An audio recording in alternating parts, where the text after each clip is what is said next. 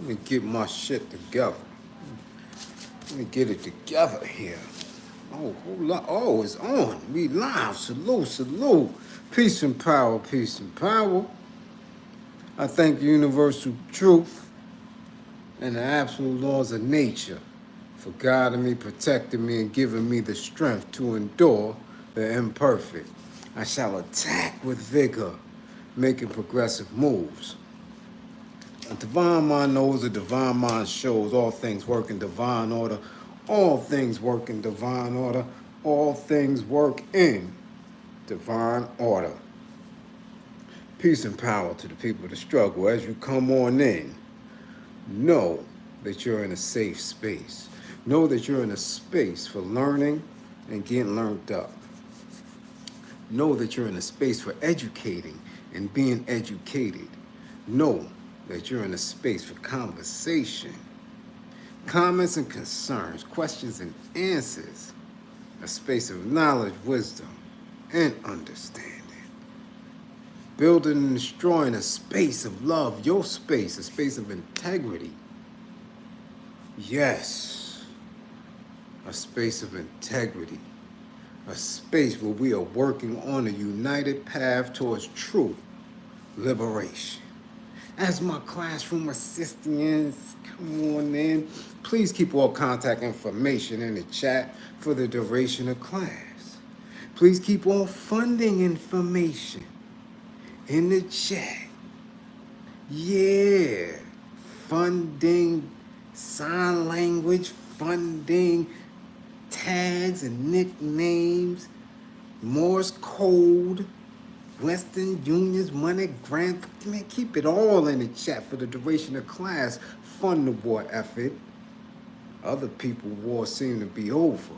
I guess who they gonna attack next? I bet you I can guess who they gonna attack next. Yeah. If you or anybody you know is in need of anger management, please book an assessment. Don't wait till it's too late. Don't wait until you're in a laundry mat fighting over a dryer. Don't wait until you're in the McDonald's fighting because somebody said something to your kid in the playground. It's too late. Don't wait until you're in a hot car, cuffed. Mr. Officer, can I talk to you, Mr. Officer? No, it's too late. Don't wait. Book an assessment. Find out what you need to know about yourself. Get yourself together. If you or anybody you know is in need of a domestic violence intervention, please book an assessment. Yeah, if you see them cutting up in front of the kids, yeah, they need an assessment. If the kids is calling you, mommy and daddy is arguing again, they fussing. Yeah, you need to book an assessment for that. If you or anybody you know is in need of an intimate relationship abuse consultation and counseling, please book an assessment. Don't wait till it's too late. If it's for your mailman, if it's for the parcels woman, if it's for the laundromat attendant, your employees, your employers, damn it, your pastor, your teacher, your kid's teacher, damn it, book an assessment.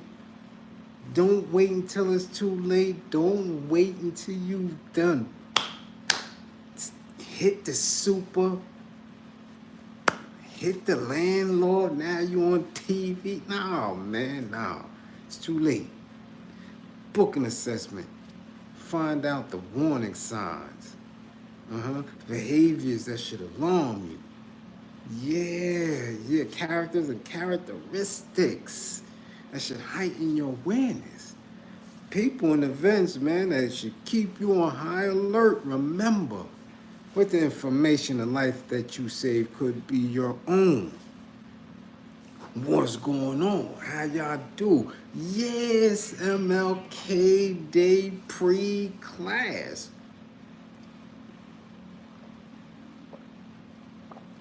Pre-class, pre-MLK Day, pre-inauguration, Pre-47 administration. God damn, we gotta get to it tonight. Man, who we gonna tag? We got to tag the chicken boss. Y'all let him get away last night, so now we gotta have a repeat class. And Nelson. Yeah, somebody tag the chicken boss. What's up, Florida? MIA 305. Tag the chicken boss. Tag the Zoes. Tag them all down there. They got to come to class. Yeah. Somebody tag Nelson. Where's Nelly? Where's Nelly at? Nelson. Somebody tag Nelson and the Shanti. Yeah, Shanti could come to class too. Somebody tag Nelson. He said what the problem is. What the problem is? He don't know. So tag him. Yeah, tell Nelson to come to class. Yeah, Who else? Soldier Boy. Tag Soldier Boy. He done cuss y'all out. Tag him. Tag him, tell him to come to class. Ohio. Yeah, Ohio. Y'all got Karens running wild. Tag the Karen. Yeah. And tag the homeowner. Yeah. Tag Denver too. I seen a video on Denver, man. Tag everybody that's been racially profiled. If you know of a case, put it in the chat. And then we gotta go to Arizona. Yeah, man. Tag Freakman. Yeah, that's him. Pulling up to the drive-thru. No britches on. Tag him. Yeah, we don't understand that. We need some understanding on that. 27 years old, met his demise. We send condolences to his family, but we trying to figure it out. What happened? And why y'all at it, tag yourself on a Sunday night? It's always light because people think that I ain't coming to class. No, I got to come to class. Who in here? Andrea Jones. Yeah, we see you first in class down there in Miami, Jacksonville, Tampa, Fort down there in the Sunshine State by way of Jersey. Andrea Jones, salute, much appreciation.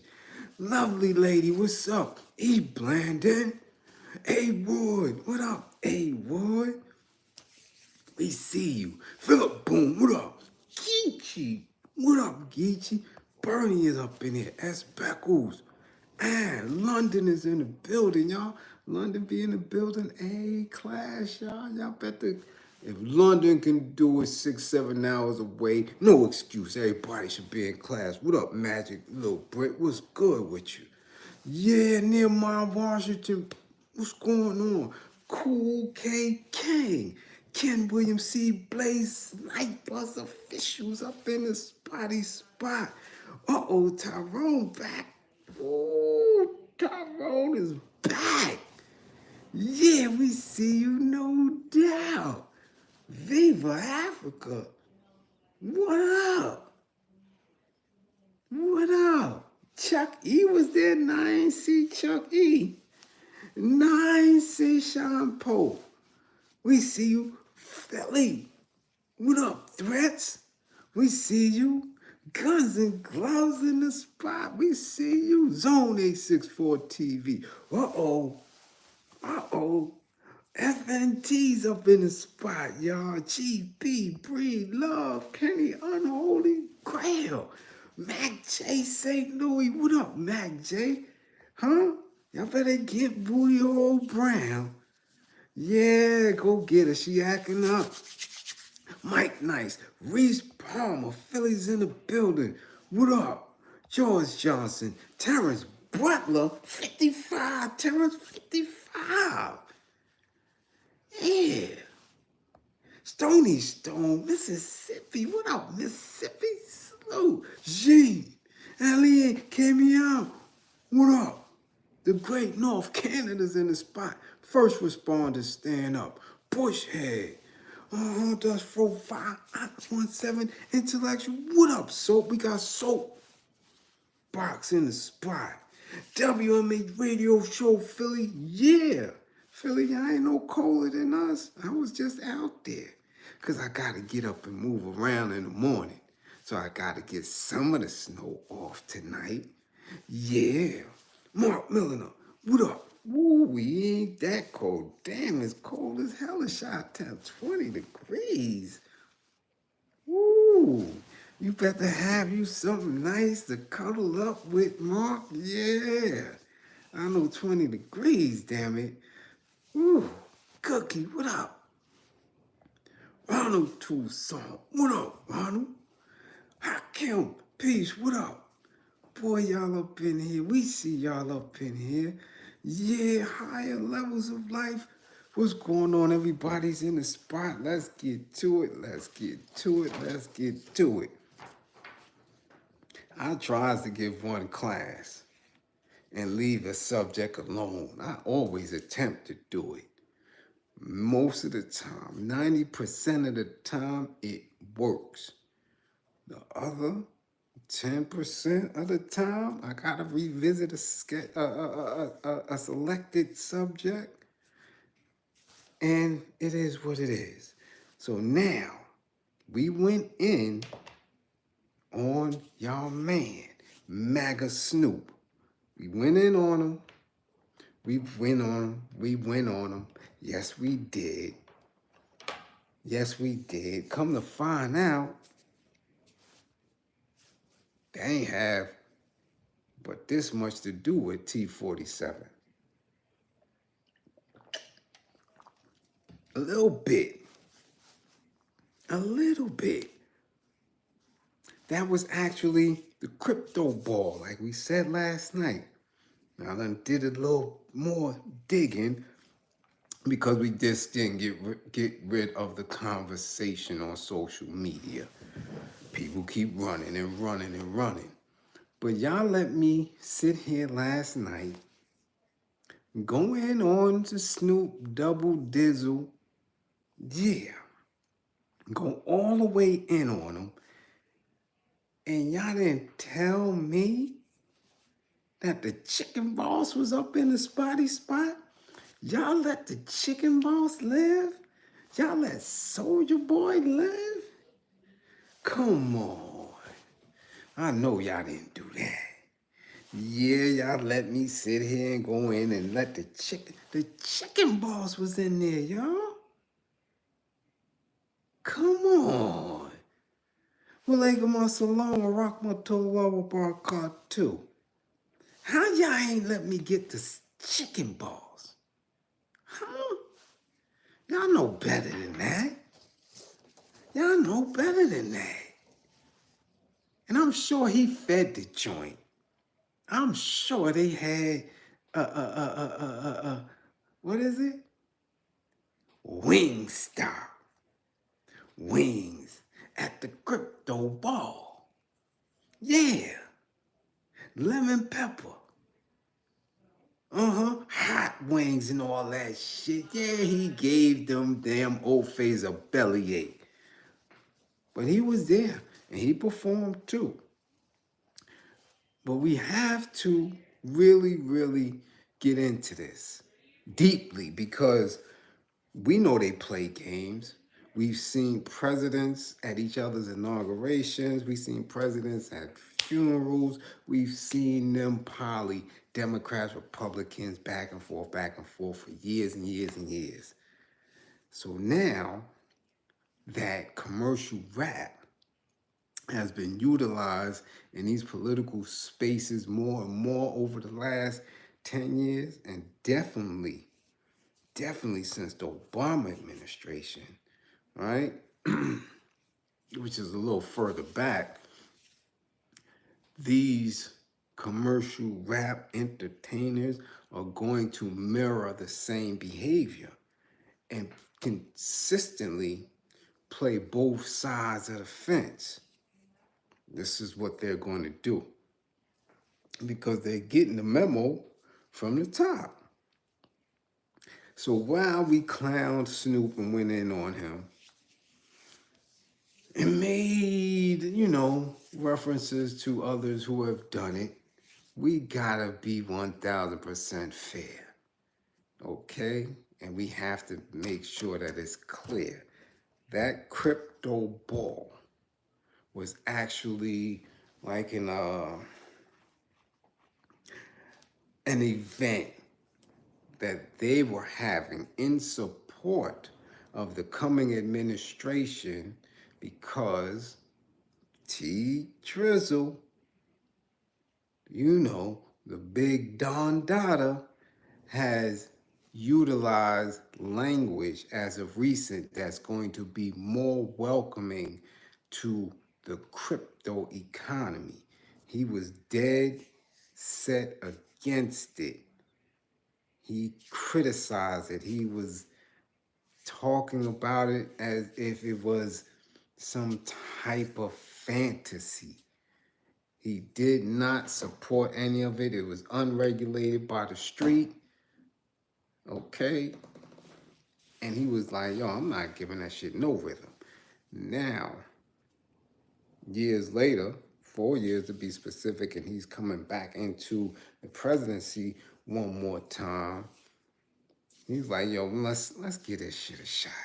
We don't have anything else popping. Let's see what's going on with this. So this crypto ball, it is what it is, right? A bunch of different crypto coins, banks, and whatever other kind of ways they're making an attempt to incorporate it into everybody's understanding. This is what that was. So Snoop wasn't at the inauguration, at least not yet. I didn't see him tonight.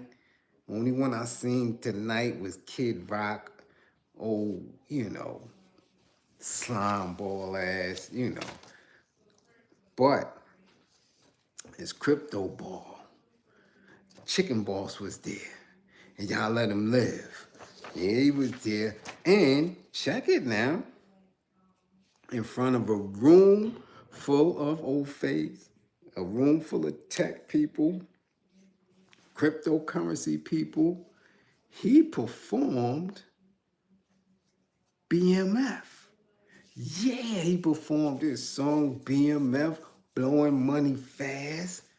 His song where he pays homage to BMF, yeah, of Detroit and Atlanta fame. You know, the Hustlers, Big Meech and Southwest T. Yeah, that song, that's a song. Yeah. An ode to them and their lifestyle. Yeah. In front of a room full of old faiths. But while I was listening to the specifics in the hook, check it, y'all, because this could be the play. In the hook, when he said, I think I'm Big Meech, right? Y'all know what's the next line? I think I'm Big Meech. What's the next line, y'all? Come on, y'all ain't that old. Y'all know what it is.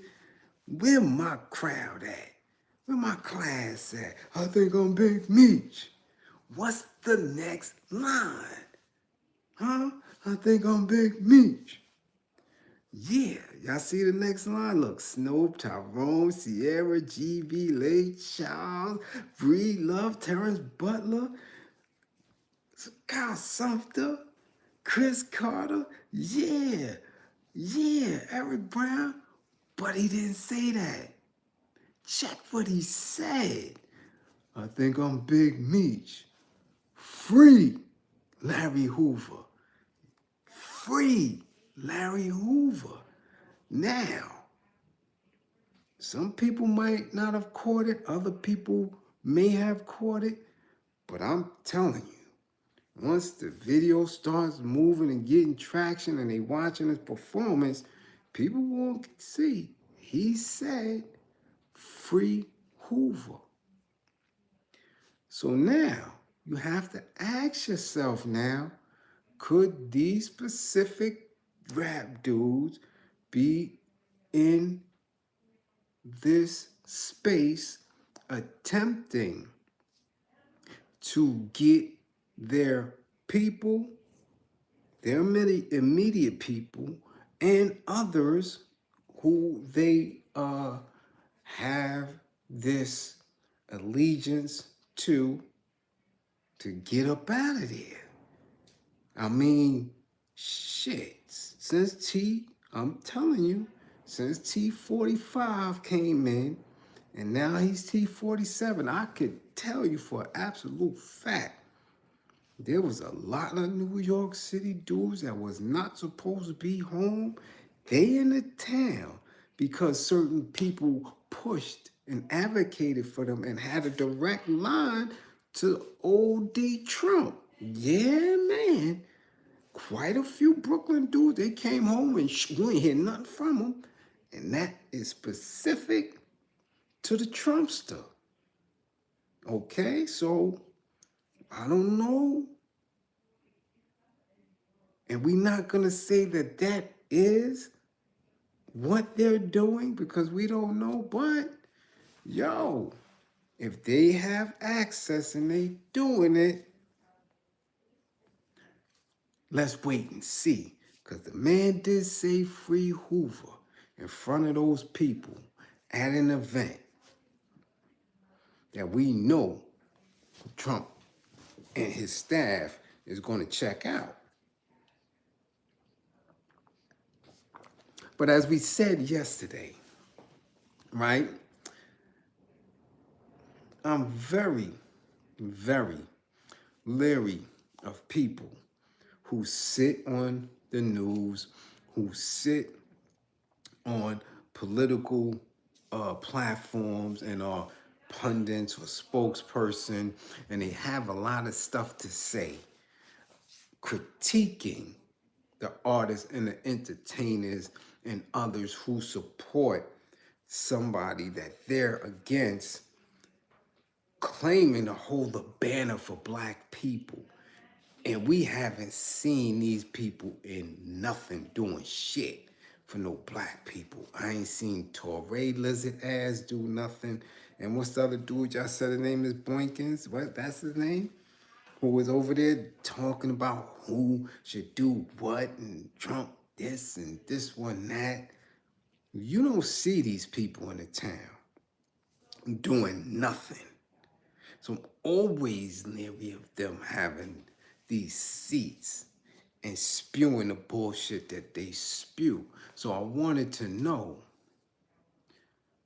really, what is the process of one being a performer in a space like that?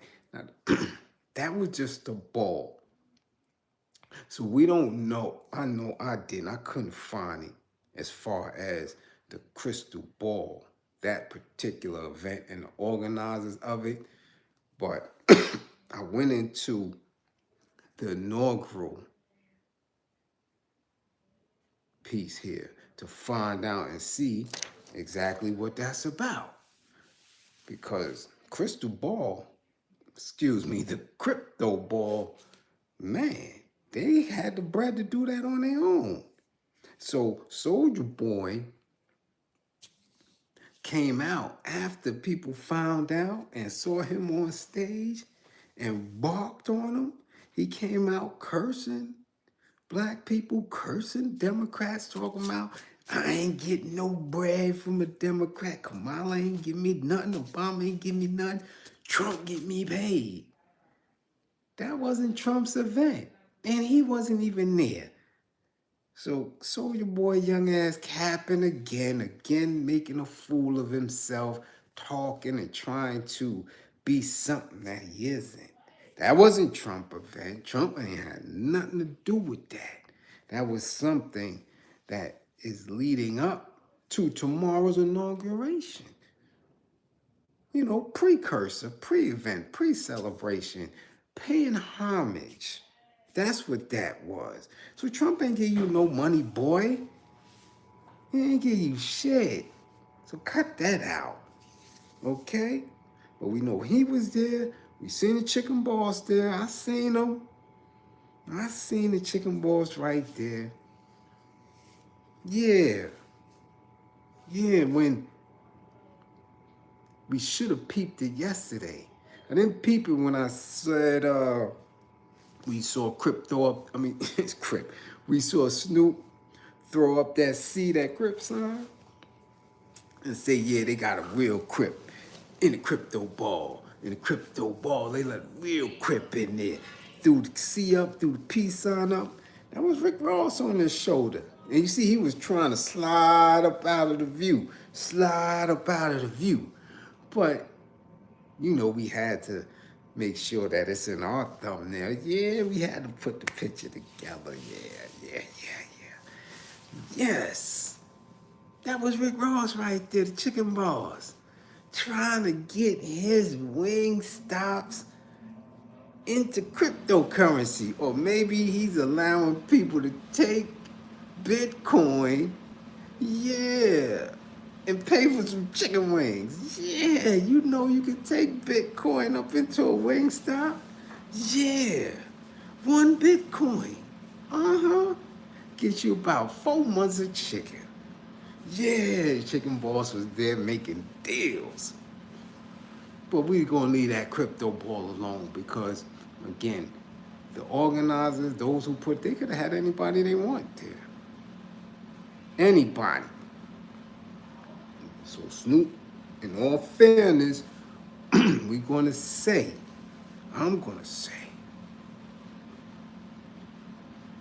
right, that we went in on you hard, and we supposed to, because remember, you call people all type of derogatory names if they were ever to perform for Trump. You said that.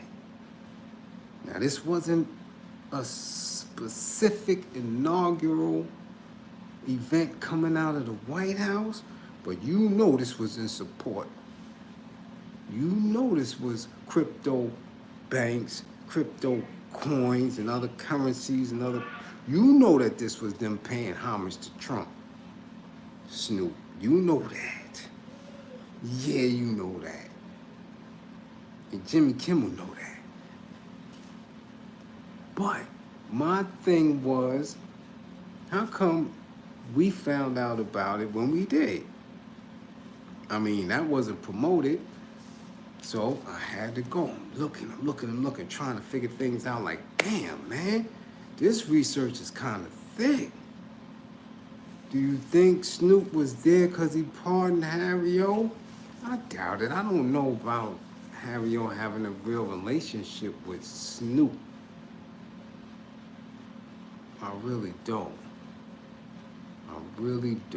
I don't know about that. I never heard, and I'm telling you, I never heard of Harry O having any type of relationship with any of the Death Row artists in the past or present. I don't know. I'm gonna keep it a buck. I don't think so. Again, it would make more sense if he was part of the inauguration, which I had to go into and look at and see. Now, I saw Nelly.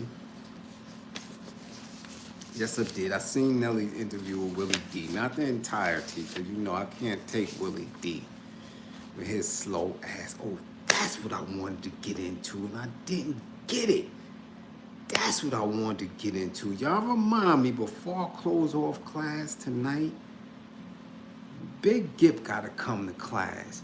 Yeah, your biased ass. He gotta come to class, man. He talking spicy, and he been talking spicy. And I made mention of him about a year ago. And then again about 7 months ago. He talks real spicy. So remind me. Supposed to put his ass right up in the thumbnail. He talking reckless about New York. And it's gonna be the last time, yo. For real. We're gonna stop that shit. Anyway, Nelly said something real specific about him being prideful. and honored because he has family members in the military about being part of the inauguration. And that made me want to know because I don't like to talk from my ass. I don't like to talk off the top. If you catch me talking off the top of the head, I mean, I have definitely researched, read, experienced. I mean,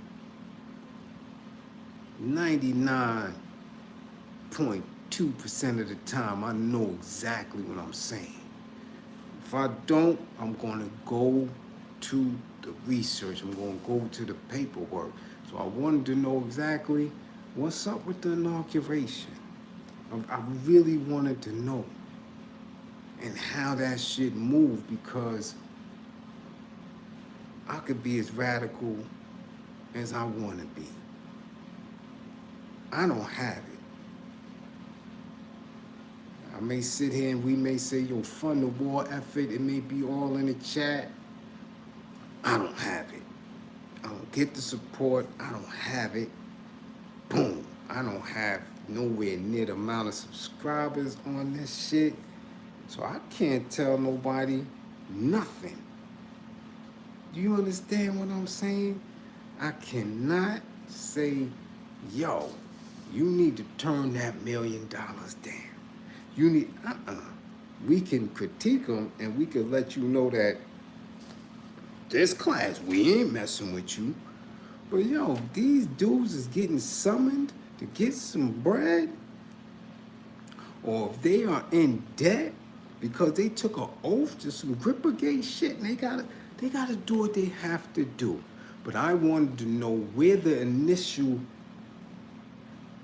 processing of these people come from. Do these people get asked for, or do these individuals ask to do it? So I had to go dig, and when I found out, is in the paperwork that they have an actual committee that places the whole inauguration into play. Okay? Yes, they have a committee, a presidential inaugural committee, and they have specific activities of this committee. Ooh, Marshy, it's after midnight. I know what she doing. Hey, Marshy, after midnight, come into class. Yeah, just made this night official. Let's continue. So now the activities of this inaugural committee, check this out.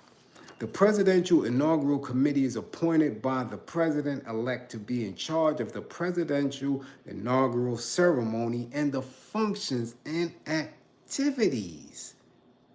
Okay? Activities connected with the ceremony. The inaugural committee plans and finances all inaugural events other than the swearing-in ceremony at the Capitol and the luncheon honoring the president and vice president, including opening ceremonies, the parade, galas, and balls. Okay? So now, the Presidential Inaugural Committee may have had a meeting of some sort, some event planning with the crypto ball.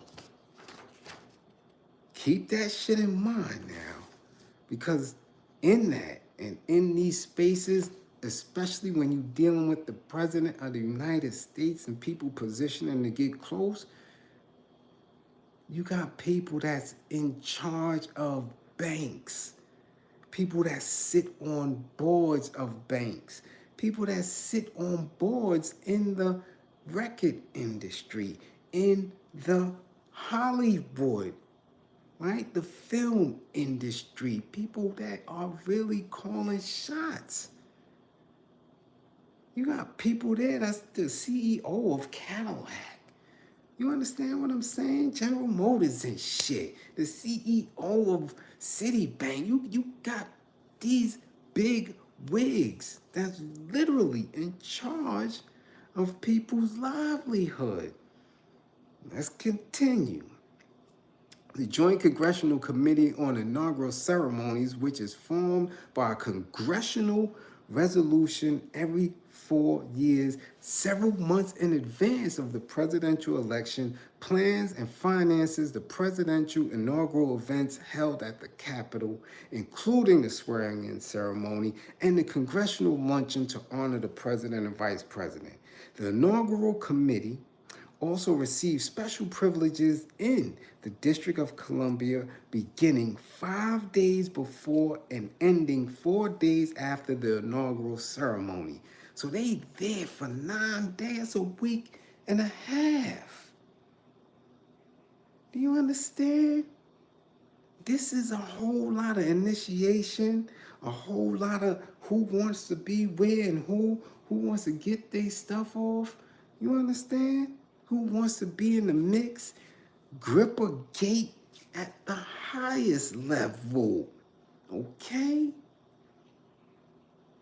Chapter 5 of Title 36 of the U.S. Code authorizes Congress to make appropriations for the inauguration. However, the appropriations are limited to funding the cost of municipal services associated with the inaugural events. Accordingly, the inaugural committee accepts donations to cover the costs associated with all other inaugural events. This is big shit here. Okay, let's continue. The Presidential Inaugural Committee. This is the committee. A Presidential Inaugural Committee is a non-profit organization representing the president-elect and is organized following the November election.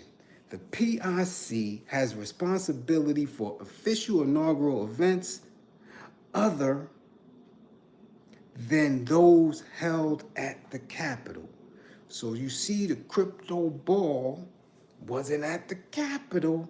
These pre-celebrations, the pre-inaugural celebrations, okay? This is off. Okay? This ain't them. Now, this includes organizing and funding the inaugural parade and any official inaugural balls and galas. This crypto shit might not have been an official thing, but it was a good look for certain individuals to come through. Now, if you want to perform at the inauguration, I'd like to perform during the 60th inaugural ceremonies or inaugural parade. How can I be down? The Presidential Inaugural Committee coordinates entertainment and performances. For inquiries, please contact via email. Okay? So that means that your manager or your publicist, because most record labels and shit not gonna do that for an artist. It'll be your publicist or your management team or your agent that's going to try. They're gonna say, yo, let's see if we could get our artists to perform at the inauguration. So that's how Nelson got there. Yeah, that's how Nelson got there. He probably told Ashanti moms, yo, listen, man, it would be a good look. He trying to act like they reached out to him. And they might have. Right? Because we know Trump and them was doing their thing during the campaigning, right? Just playing records and shit and walking out to records, and then the artist, yo, I don't want you using my music. So maybe they might have said, yo, let's get Nelson. Yeah, I like Nelson. He wears the tightest jeans. He's a real good old country grandma. So let's get Nelson. Yeah, I like that Nelson. Maybe. But I'm just saying, that if the artist isn't asking to perform there and the artist is being requested, we talking about from the White House. We talking about, this is the White House. This is the incoming administration like no other administration we have seen maybe since Ronald Reagan. And Reagan was, he was beast mode, but not like T-40 Fizzle, and not in this current era. So I ask y'all, because we in this class here, we talk in this class. Marshy, because you are a business owner. You are independent. You mean to tell me if the White House reached out to you and want you to perform your specialized skills in makeup on Melania Trump and Ivanka Trump, you telling me that you ain't gonna go? I need to know. Let's keep this 1,000. They saying, listen, we seen your work. You've been highly recommended. We want you to do the First Lady's makeup. Are you gonna go do that lady makeup? Come on now. Come on now, Soap. I know you in here, Soap. Soap. If they say they've been watching your Instagram page and all of a sudden you get a formal request, because they really ain't got to play no games now. We know they can pick up the damn phone because they know all of our numbers. And they say, listen, intellectual soapbox, we want you to interview Barron Trump because everybody keep talking that he is on the spectrum. Will you interview Barron Trump and we gonna slide something your way? You mean to tell me you ain't gonna interview Barron Trump? Don't play. Don't play. Don't play. We talk about you good all you want. Don't play. All right? You ain't gonna interview Barron? Don't play. Now all of a sudden you don't want to interview nobody. That's the first thing they gonna say, because Mr. Soap, we understand that in 2020, 2021, sir, you 22, you ain't pay your taxes on that goddamn scratch off you hit, sir. Now we gonna send a little audit team your way. You still ain't gonna interview? Huh? Come on here, don't act like that. Okay? Don't come up in here with that shit. Now, that's us. Okay, that's us. Now, we may say no. May say no. I ain't interviewing goddamn thing. Okay? Now, I want you to imagine Nelson and Shanti on their second seed. He ain't sold a record in a long time. Matter of fact, they just announced he just got a residency in Vegas. Yeah. Okay? We don't know what kind of agent work Snoop is on. Okay? When they get summoned, they gonna go. They gonna go. Trust me, they gonna go. And if they were not to, what would be the repercussions? Because damn it, I'm gonna keep it a buck. There's a lot of these rappers. I mean, when it comes to hip hop, when it comes to MCs, y'all know me. That shit just shifts my mood. It gives me energy. I am hip hop. But I'm gonna tell you, shit, I ain't bought a CD. Shit, I can't tell you when the last time I ever bought anything. Ever. So I don't support them. And I know there's thousands and thousands of people like me. I get in, I'm not coming nowhere, so don't invite me. If you don't have backstage access, I ain't coming. Okay? No, I don't wait on no lines outside. No, I ain't did none of that shit since I was 19. If I ain't backstage, I'm not coming, so I don't pay for no concert tickets. So again, these people are trying to eat. They're not like you or I. They got businesses. They got expenditures. They took oaths.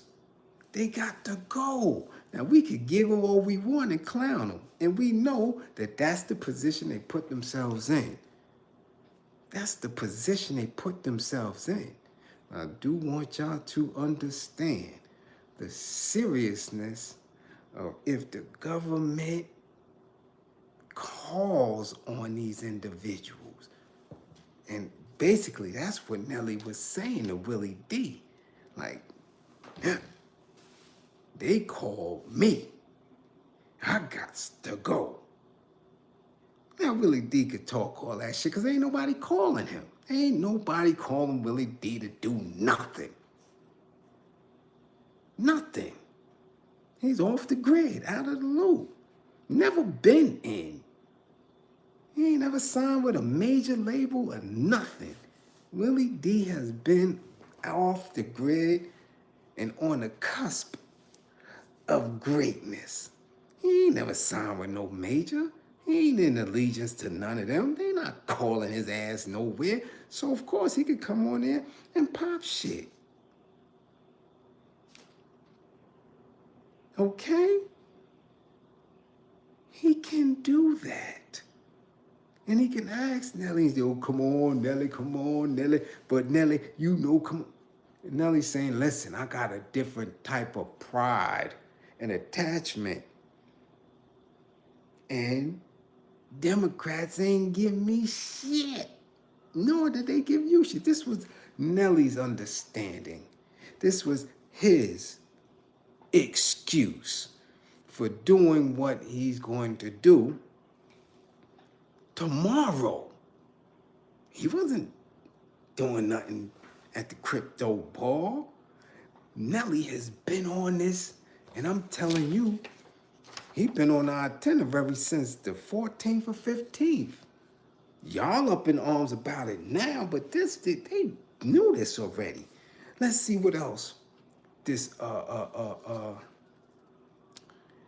presidential inaugural committee deals with, right? Let's go. On Saturday, Trump is scheduled to attend a reception and fireworks display at his Trump National Golf Club in Sterling, Virginia. Separately, Vice President-elect J.D. Vance will attend a reception for the incoming cabinet members and host a dinner. On Sunday, tonight, the president-elect is to participate in a wreath-laying ceremony at Arlington National Cemetery, and then hold a campaign-style MAGA victory rally at Capital One Arena in downtown Washington. Capital One Arena. Capital One, a bank. This is what it is. This is talking about the ultimate seals. You're talking about the highest level of Freemasonry. You're talking about the corporation, the institution. They knock on Nelson's door. Hey, Nelly. Hey, boy, we want you to come and perform that fine song you got. You know that song. With the cowboy hat. Yeah, come on and sing that song for the president. Okay, let's continue. The Republicans' inauguration day plans include tea at the White House, the swearing-in ceremony at the Capitol, a congressional luncheon, a parade on Pennsylvania Avenue, and a trio of balls. No puff stuff.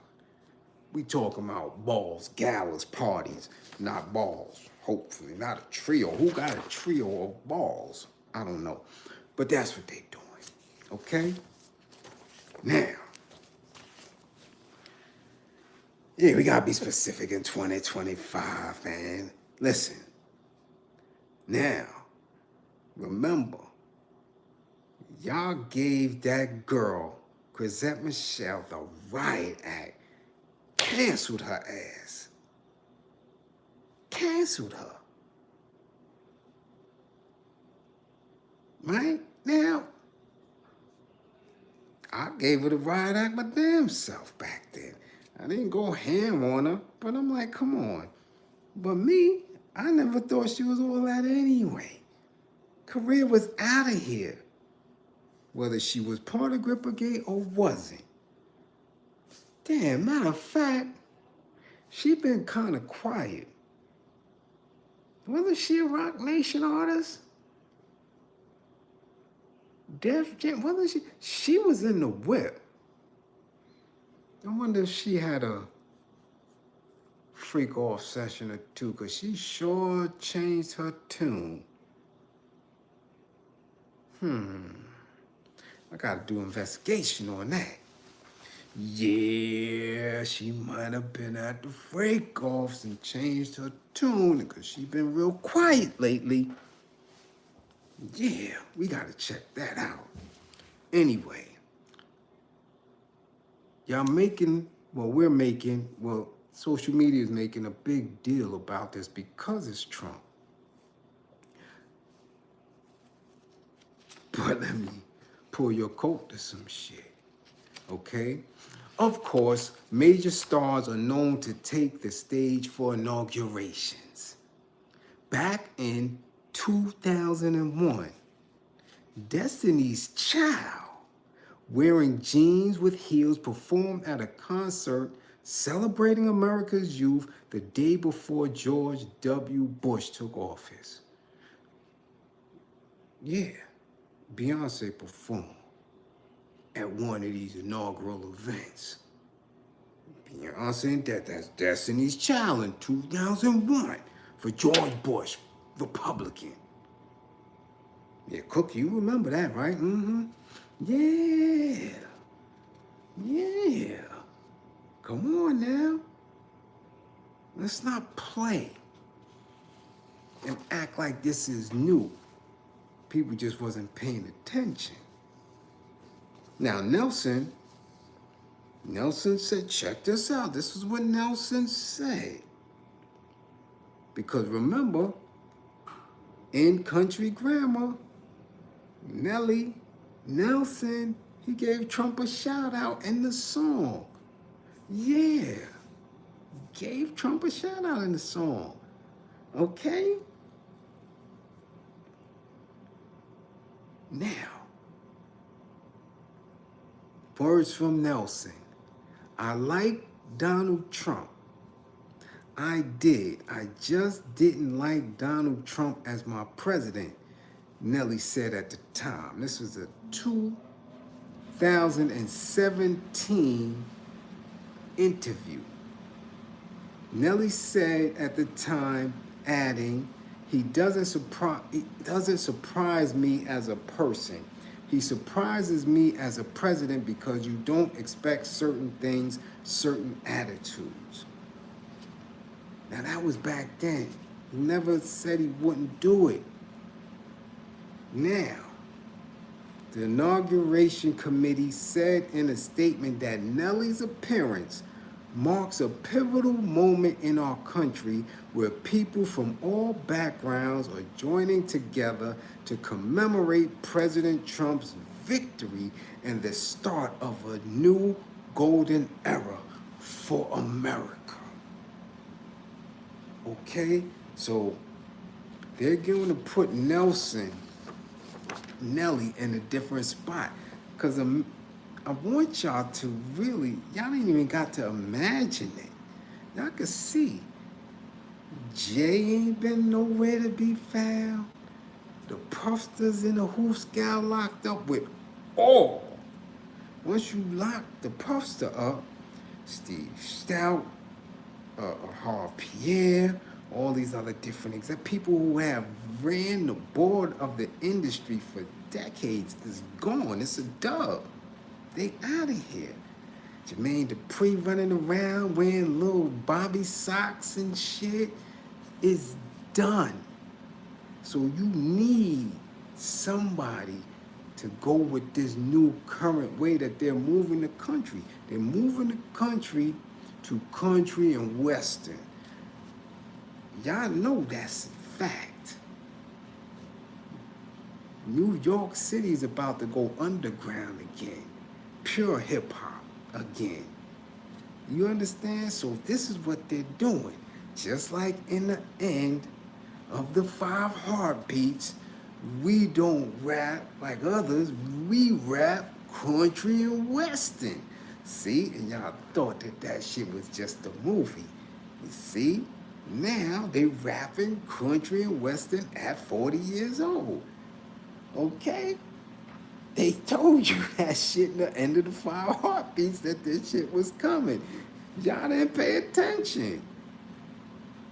Yeah, see, Bliz, he had the country song. Yeah, with Georgia, Florida line. I'm telling you, yeah, they got it. You got Offset with the country song. Yeah, you got this other dude. What's dude name is? Biloxi or Biloxi? What the hell is that dude name? That bullshit. Yeah, it's country western time. So they gonna bring Nelson in to do what he do. Okay? All right? Yeah, Shabuzi. There you go, Vance. Yeah, Shabuzi doozy. Yeah. Boy, my class be on point. That's what I'm talking about. Shabuzi doozy. There you go. Yeah. Now check this out. Why does this matter? The performance has ignited debate within the hip-hop community about artistic integrity versus financial opportunity. Now we know Nelly had always been about the ones, financial opportunity. Snoop always been about the ones, financial opportunity. Y'all know the chicken boss, that's all he talk about is a room full of white folks. You can't be scared to tell them your dreams. Financial opportunity. They ain't got no time for artistic integrity in those spaces. All right? No time to play with that. Okay? The controversy echoes similar backlash faced by other black artists who performed at past Trump events. Most notably R&B singer Chrisette Michele, whose career suffered significant setbacks following her 2017 inaugural performance. Okay? Now, I've seen conversations where people were saying, are they going to cancel Snoop? Are they going to cancel Nelson? Are they going to cancel Rick Ross, Chicken Boss? Or Soulja Boy the way they canceled Chrisette Michele? Are they going to do these men the way they did this black woman? Again, trying to breed some chauvinistic hate from black men because of Chrisette Michele, not knowing there was many black women who canceled her. Wasn't the men. Most of the men wasn't even thinking about her. Okay? You understand? So we're not going to get into that and make that the issue. Not in this class. Because look, shit. Soulja Boy, straight up. He said, y'all want me to not answer the phone for the effing president. This N-word, the president of the MFN United States. Trump wasn't even there. It wasn't even a Trump event. It was the crypto ball for crypto, and I'll go again. This is Soldier Boy. Boss, what's going on? You understand? This is the sentiment that they got. Why? Because they're in the whip. They're in that system. They're in the whip. They're right there. So this is what he's saying. You want me not to answer the phone? Okay. Huh? The Democratic Party has maintained close ties with prominent rappers throughout the years, with Barack Obama notably hosting Kendrick Lamar, Common, Pusha T, and other acts at the White House during his presidency.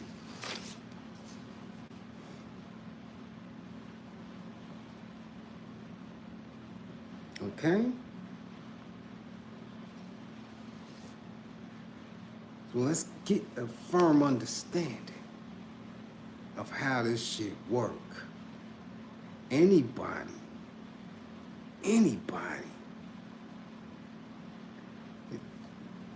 we'll get into that, Mark. It definitely does.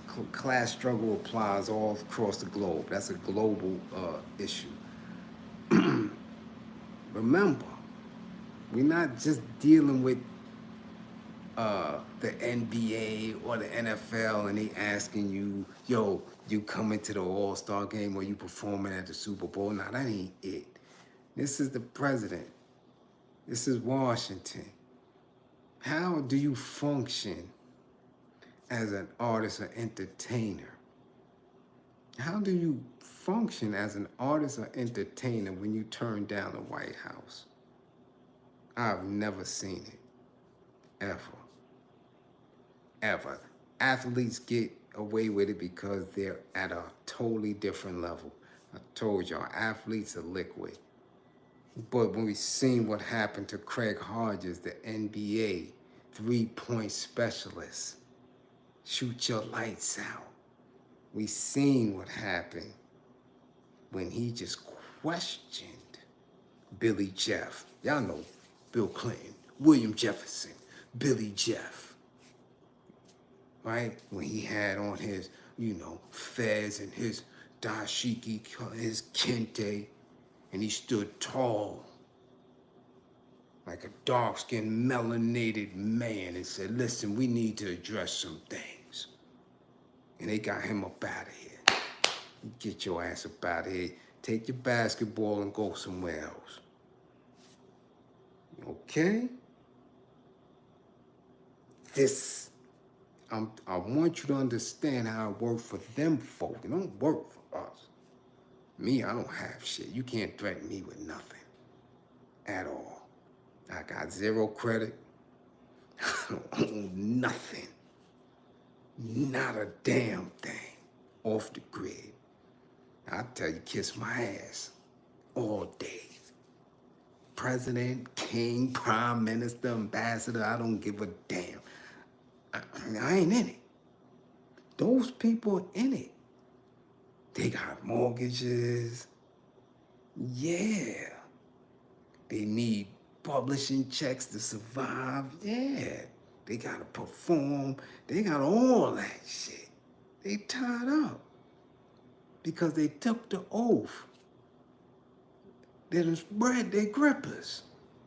So they can't do like I do. They can't do like this class do. I could tell y'all to do all type of shit. And y'all gonna be good because we are making sure that we are not engaged the way they are. Exactly, see, Bliz, they done signed all type of shit. Okay? All right? Now, this is what it was all about. Because these are articles, listen, this is shit that we knew. They knew was going down for a long time, for weeks already. We didn't know. The main thing behind this crypto ball, look, There was a lot to celebrate in this August hall, just across the street from the National Mall.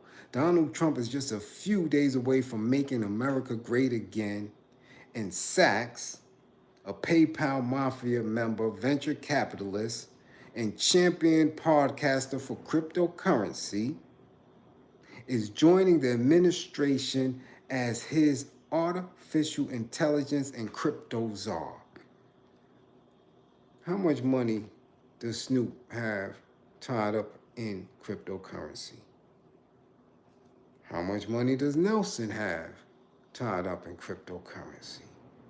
How much money does the chicken boss? Because remember, shit, I just seen y'all man Charleston White talking about he got him a coin.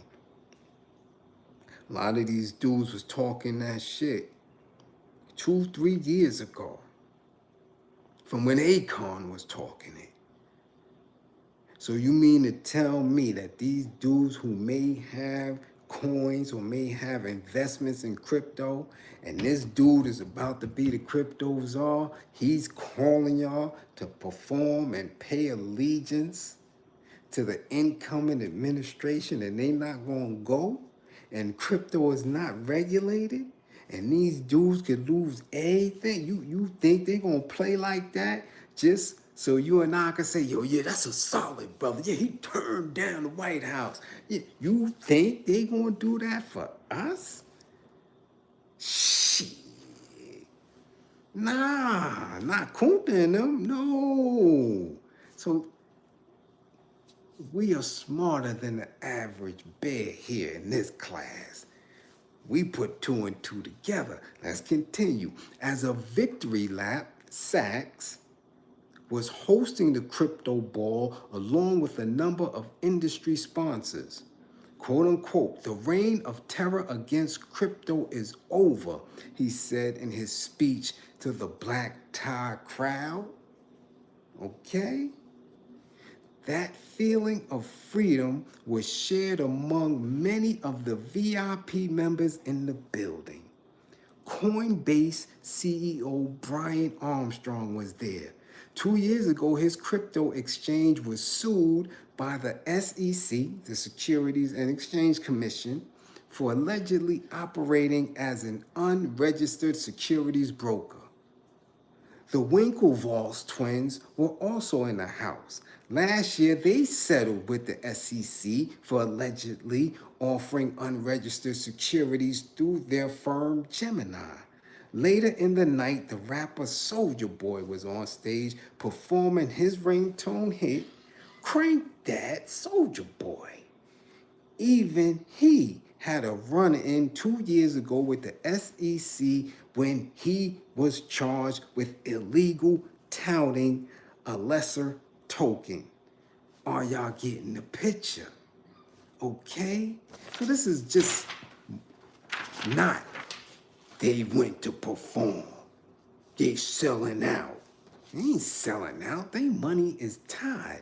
Their whole existence is tied in with these peoples. So when they coming on these platforms and they mad, they say, man, to hell with y'all. Yeah, to hell with y'all. But this is not what I haven't been telling y'all for the longest. These people are not influencers, okay? These people are not real, okay? These people do anything.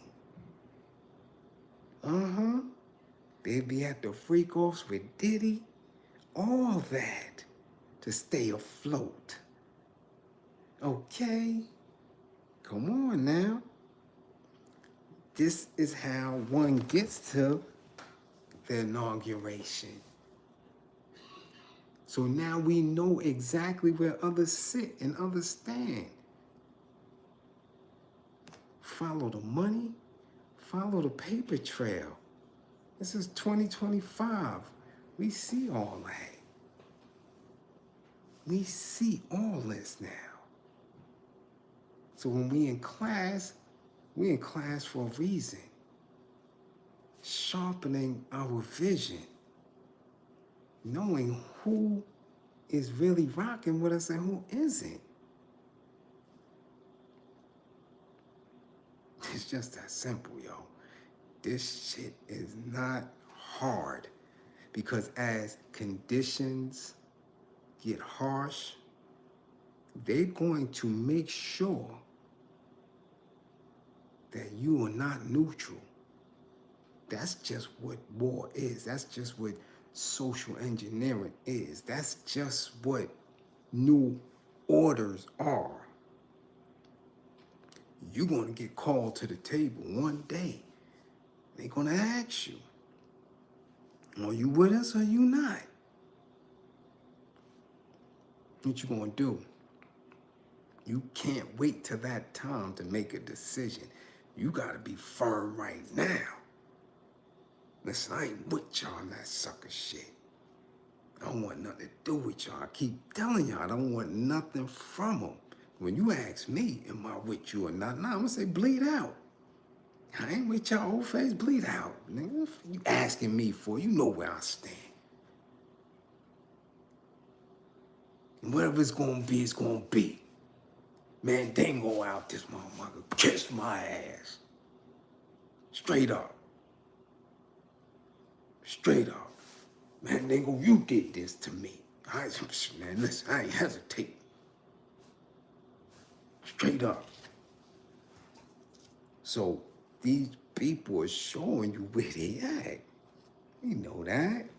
We know that. But I had to be certain. Are they asking to perform at these things? Or are the White House coming to them? Especially when we're dealing with commercial rap. We seen Kid Rock and all them other everybody out there. What they got? I think they got Carrie Underwood or one of them. We know that they know who they are. For a fact, we know Trump know who they are and Vance know who they are. But when you start talking about Rick Ross, Soulja Boy and all that, nah. Somebody summoned them, okay? But y'all let him get away. Because I damn sure would have gave Chicken Boss the business last night. Okay? So now let's get into more pressing sections of class. Because damn, we got C Blades up. It's almost 1 o'clock. We ain't even getting to the meat. Nah, we ain't getting to the meat. But let's get into it. I know y'all saw the video. I didn't want to touch it. Y'all know how I do. Y'all know how I do. Y'all saw the video. I saw the video. I always give it a day or two. You know, I let it marinate like y'all over 35, over 36, over 40, over 45 woman folk. I let things marinate before I go all the way in on class with it. So I know y'all saw the video of this Karen in Ohio. Okay? They trying to call it racial profiling. This ain't no racial profiling. She thought something else was going to happen that didn't happen. Okay? And I'm trying to figure out, in this day and time, why I know the answer, but why our folks want to be around these individuals when they got a little bit of paper.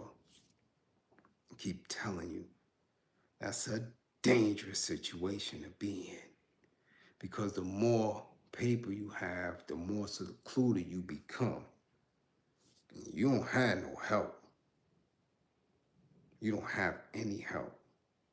So now, we got this incident coming out of Ohio, and I'm getting mad because they're not saying what city this happened in Ohio. I couldn't find it anywhere. Because I want to know what cities. There's 6 major cities in Ohio. You got Cleveland, you got Cincinnati, you got Dayton, You got Sandusky. Oh man, what else you got? Akron. Oh, you got mad cities out there. So what city? You got Columbus. Okay. So you got this incident of this white woman, and the video is beginning when she's on a porch. And you see the ring light, the ring camera. Not light, the ring camera, the door, whatever. And what bugged me out is she's there, she has a little girl in a carriage. And then in her little dialogue, I see her pick up the young child out of the carriage. So now, I'm thrown back by that. It's dark, you out there at night, you're a white woman with 2 kids.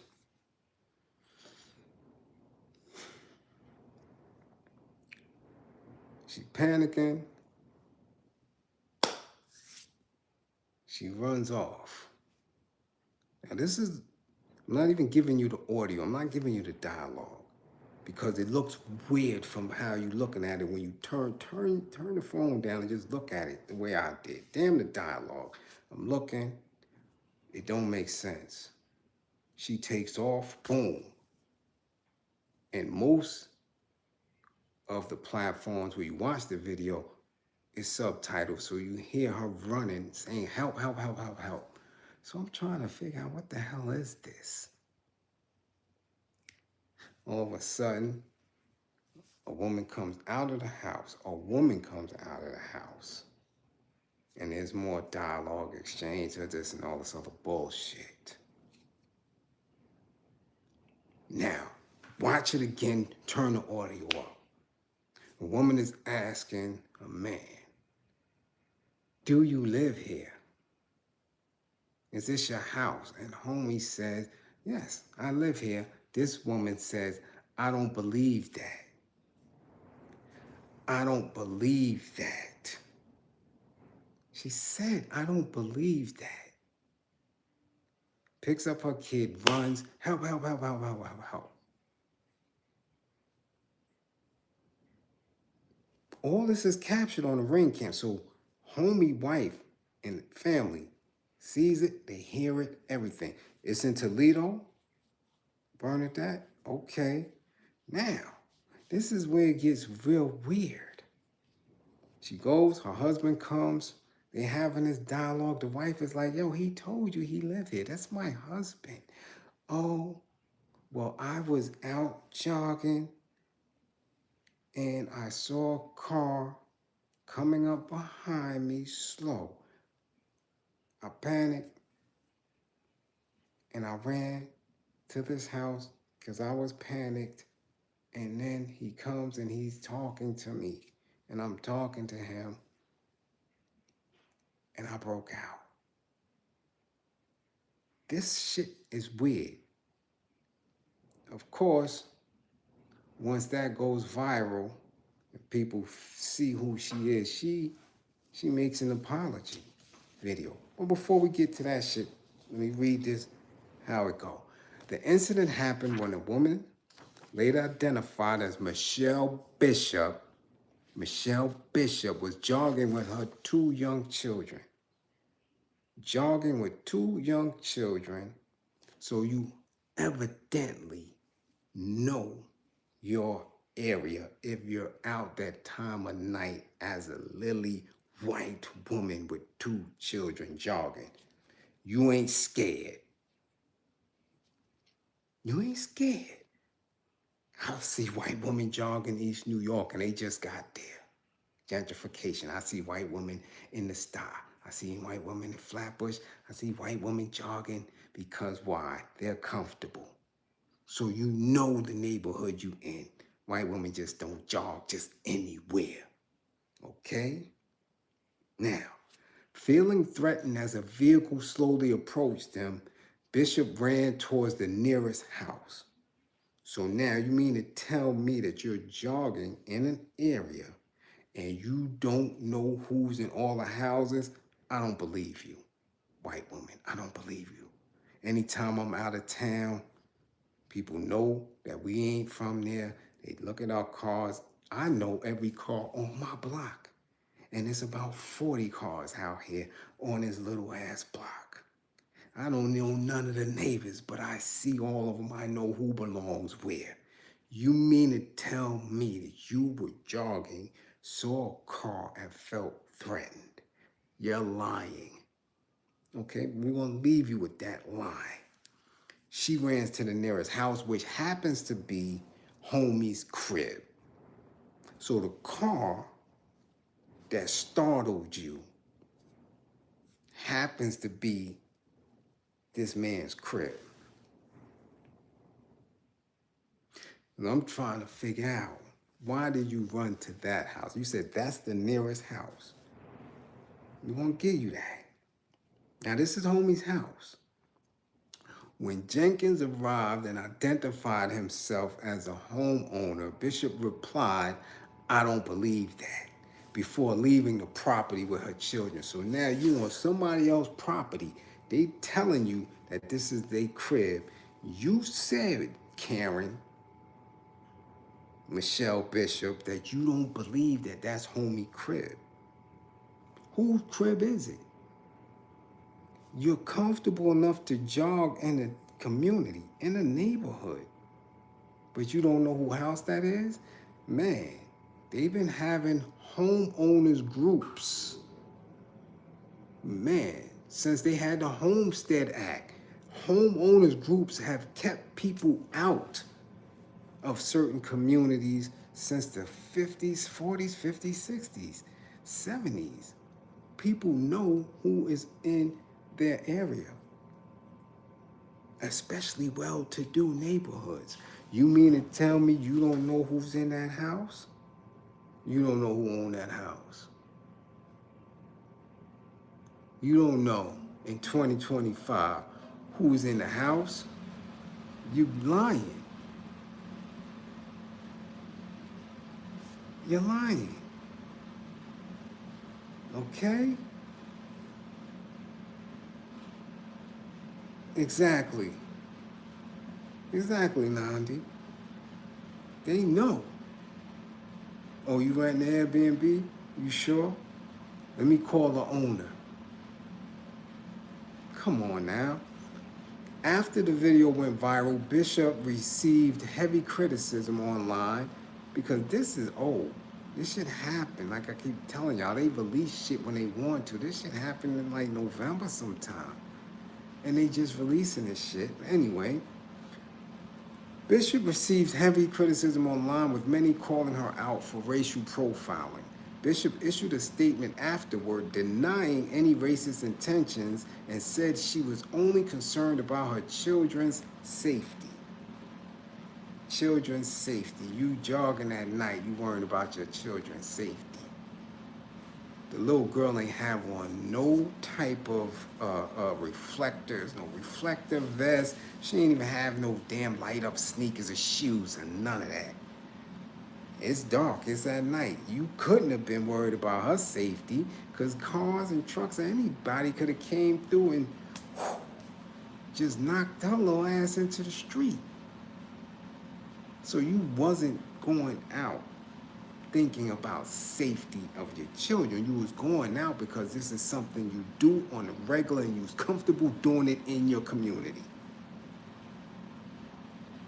Okay, let's continue. Bishop issued a statement afterward denying any racist intentions and said she was only concerned about her children's safety. Bishop added that she could not see Jenkins' race at the time of the incident because it was dark outside, and she has reached out to her neighbors to apologize for what had happened. You couldn't see that. Okay. Okay. That's what you said? You believe that? You think we believe that? Let's go back to the tape. Let's go back. Bishop supposedly says no and rang the doorbell of the house seeking help.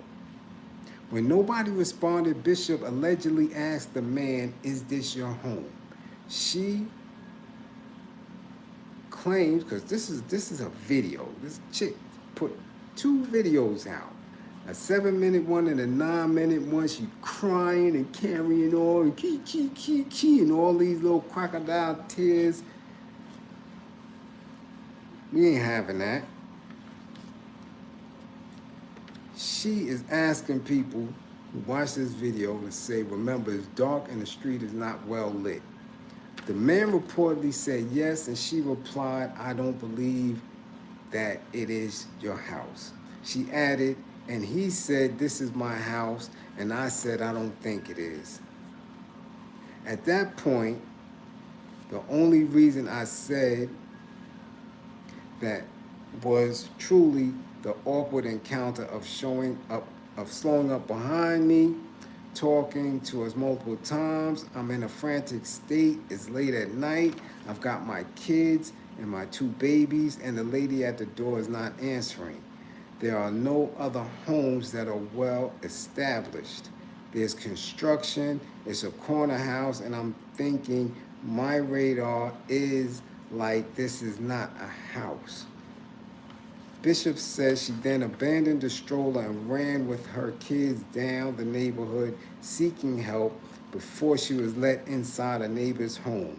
Bishop reportedly called the police stating she was being followed, prompting the neighbor to ask if it was the black family's house. This is the type of shit that I'm talking about when I'm saying you got to remain militant and be on point. Now, we see in this video, this happened a while ago. We just seen the other incident with this black Amazon driver in Georgia.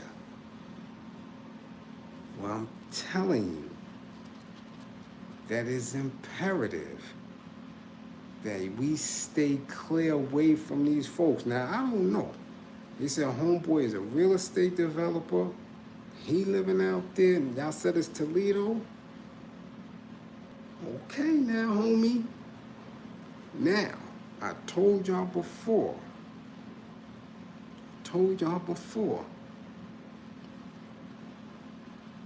I'm telling you again.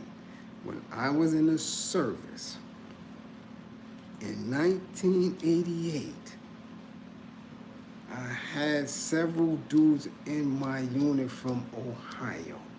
These are the same dudes that told me they had never been with, never dated, never had any dealings with a black woman. And these is black men. I don't know what kind of shit goes on in Ohio and little other spots in the Midwest.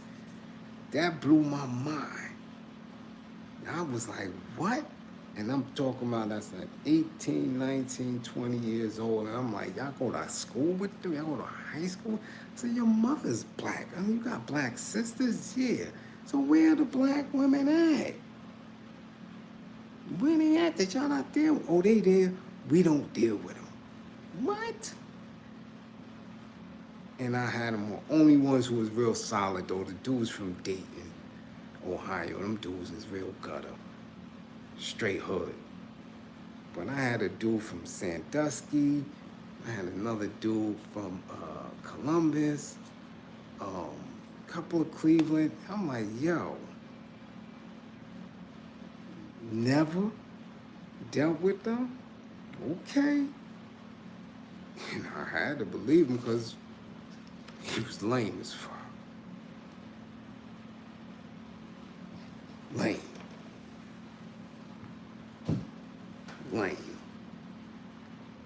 It is a definite reality that people, melanated people, put themselves in these spaces. That Get Out movie, y'all could take it for fiction if you want to, but it is symbolic to what goes on. I've seen it in corporate America myself.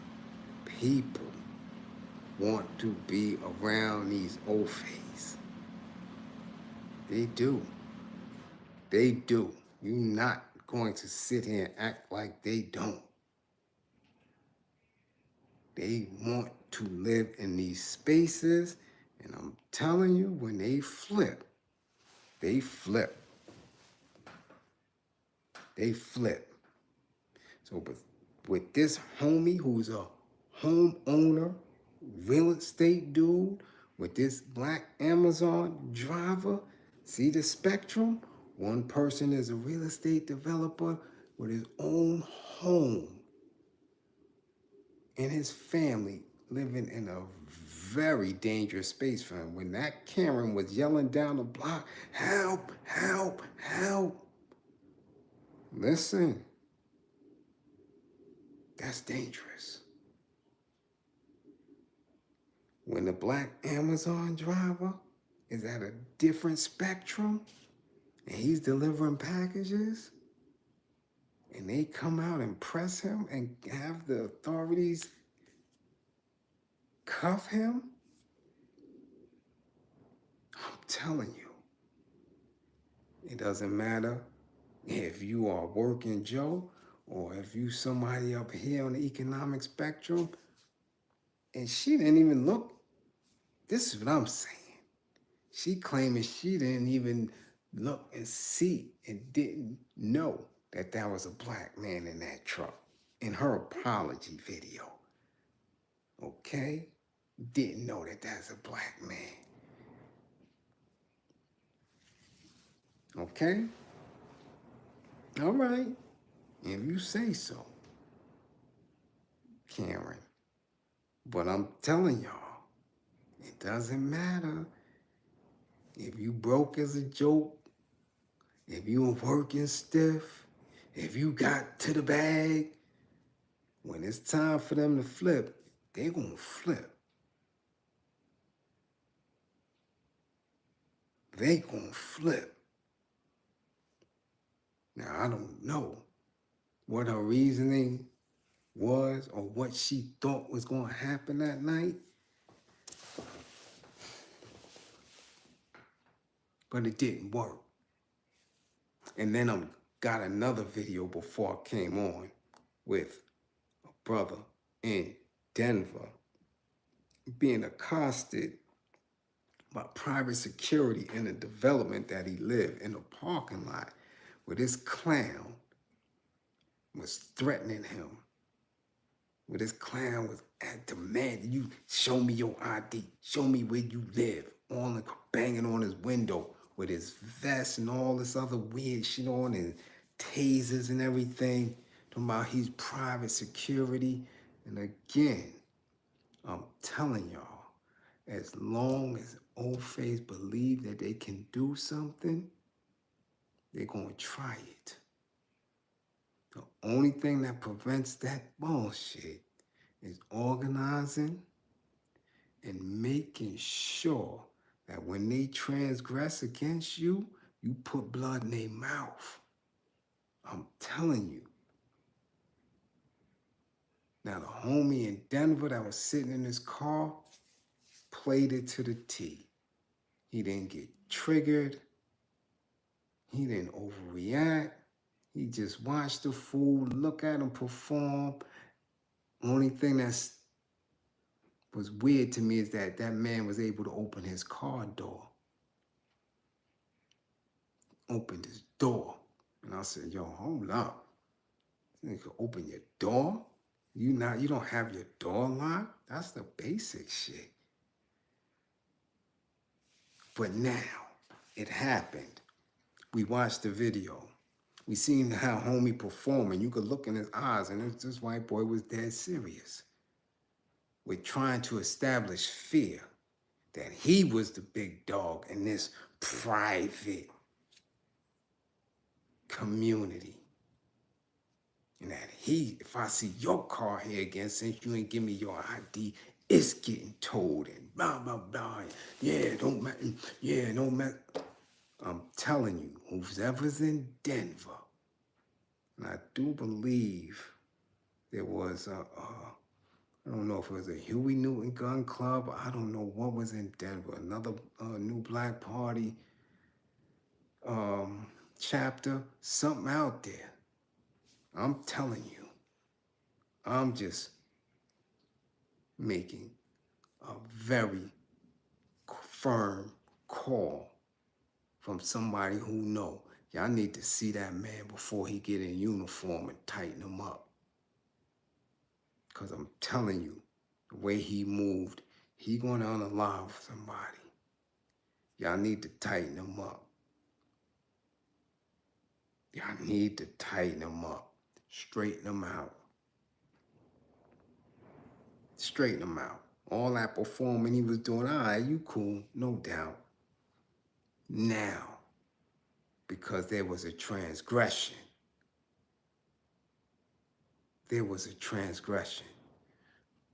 And the only way to knock that ego, because I'm telling y'all now, it's pointless. And I'm telling you from somebody who's been in situations where we don't have protection. When you get ready to go up against police behind the wall, you don't have no protection.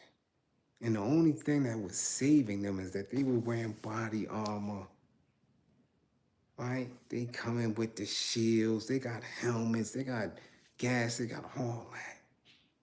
So when they coming, and we know they coming, we going to do what we can, but we're going to take the L. But when do we get them? When they got one or two sitting there, they don't have no body armor, they just a regular ass CO in a housing unit with 30, 40 people. And then you put blood in their mouth. You knock their ass out.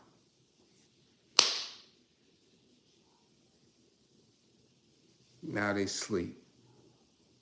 Next change of shift come and try to figure out what happened. They pull a pin, the riot squad come. It makes no sense for you to try to deal with police in uniform. That makes no sense when they're in the blue and white car, when they in the detective cars, the unmarked cars, and they got on the vest and they running and they all, yo, no. This is social media. This is the information age. You can find out where they live. Y'all troll everybody. We got mad trolls in here that like trolling and all.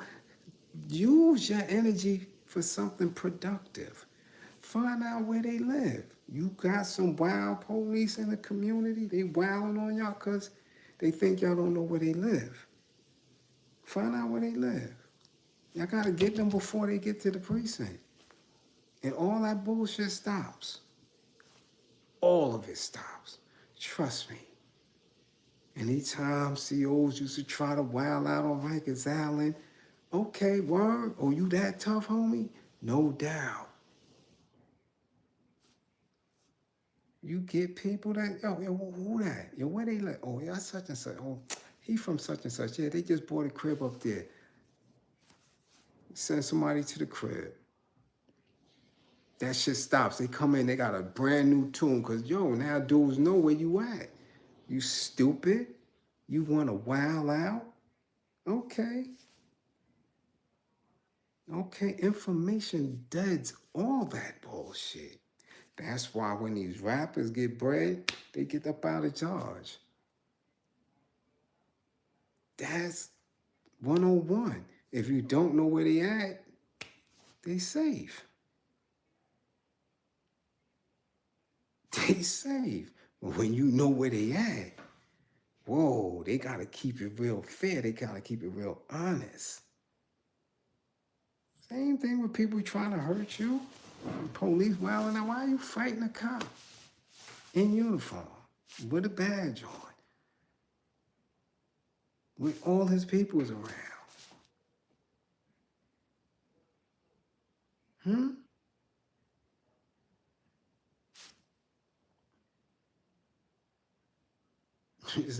Well, listen, I already told y'all for 2025.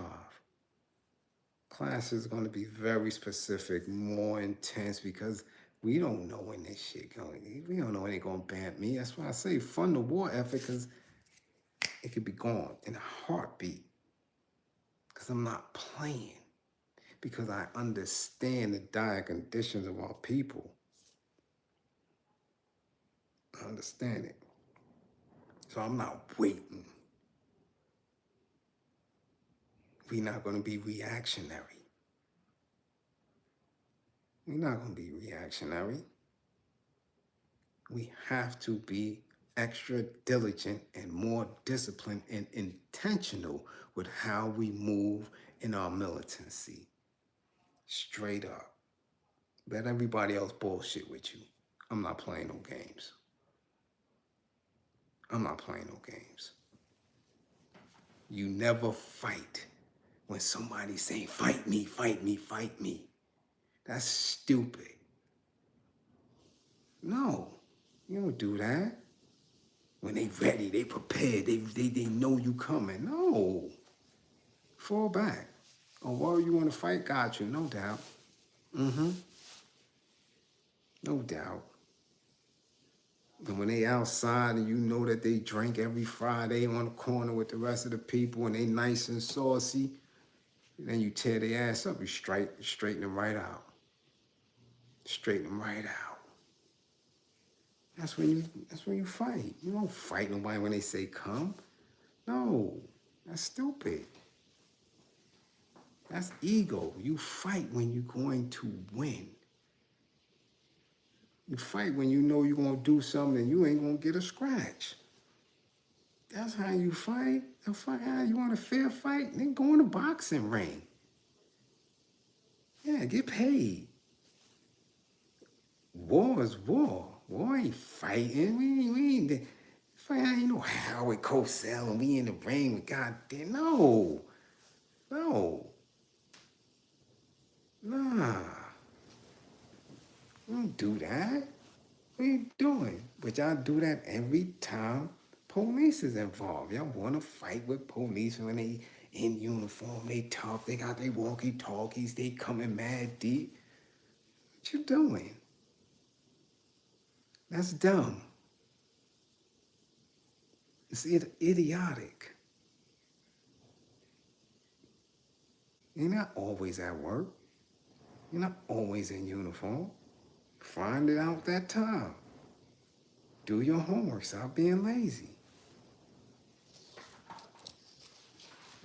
Then that shit stops. That shit stops. But you got to be willing to do what you got to do. You dig? So, stop living around these people if y'all not prepared to live. All right? If y'all not prepared to live around them. When they flip, they're going to flip. So, homie, in Denver, we salute you. You held it down. You didn't get triggered. You didn't go crazy. You didn't get out of character. But you know you're going to see that person again. You're going to see him again. You need to straighten him out before he get in that uniform. Mr. Private Security, you need to take care of that. Y'all need to take care of him. Okay? Now, what else we had? I really didn't want to go in too hard on this dude.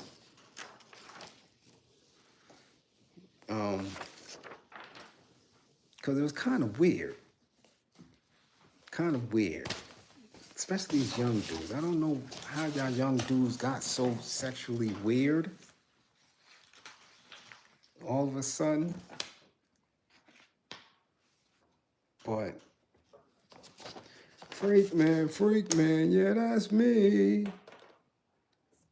Okay.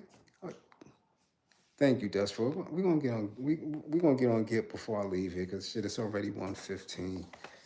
I'm here. Fuck it, I'm here. Might as well. Sit. Fund the war effort. Hold up.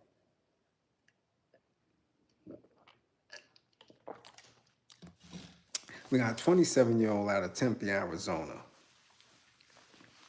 young man named Nautica Malone. I first saw the video and saw the commentary on the video. I thought it was cap. I really did. I thought it was cap. I thought it was some type of clout chase. I'm like, nah, this ain't happen. Really? Okay. So, Mr. Nautical Malone drives up to a Bikini Bean. I don't know if the Bikini Bean is a coffee shop or some type of space. I don't know if they just sell beverages or what. But Mr. Malone drives up to their, I guess their takeout window, okay, with no britches on. No britches on. And is taken aback when the lady says, "Excuse me, sir, that is unacceptable."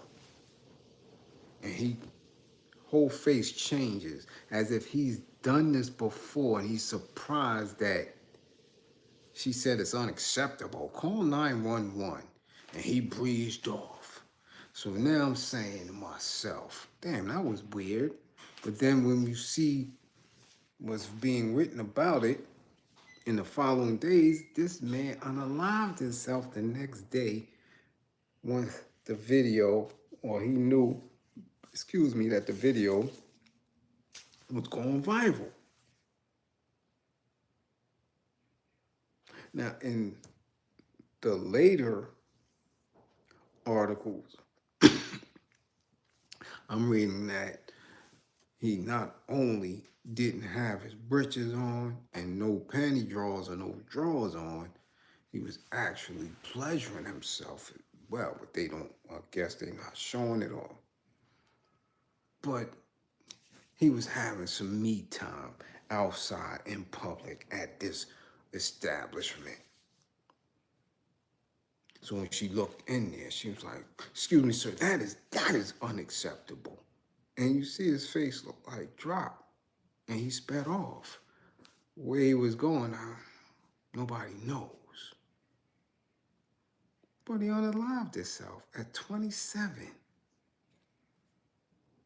27 years old. And I'm like, damn, what are we doing? At 27, the way Glorilla running around, the way Lotto was talking, the way Cardi had them moving, Meg Thee Stallion, Booty Hole Brown, the language, the normalization, right?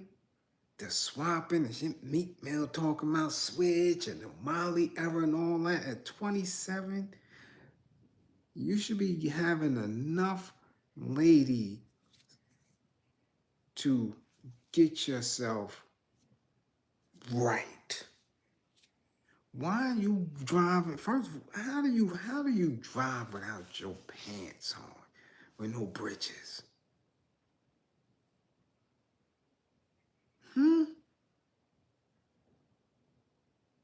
How do you feel comfortable in the car with no pants on?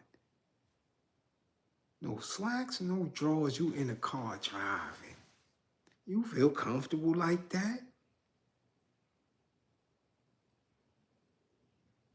With either that nasty ass cloth or them leather seats on your gripper and you driving, pulling up, and you think that's fun?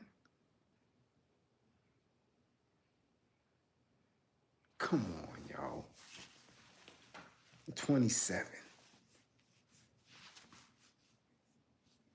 27. You supposed to be doing you. Why are you into this type of behavior? I don't know. And maybe whatever was going on with him, right? You just don't get caught doing that and then you unalive yourself. Now he had something going on prior to that. for a while. Because ain't that much embarrassment in the world. Not.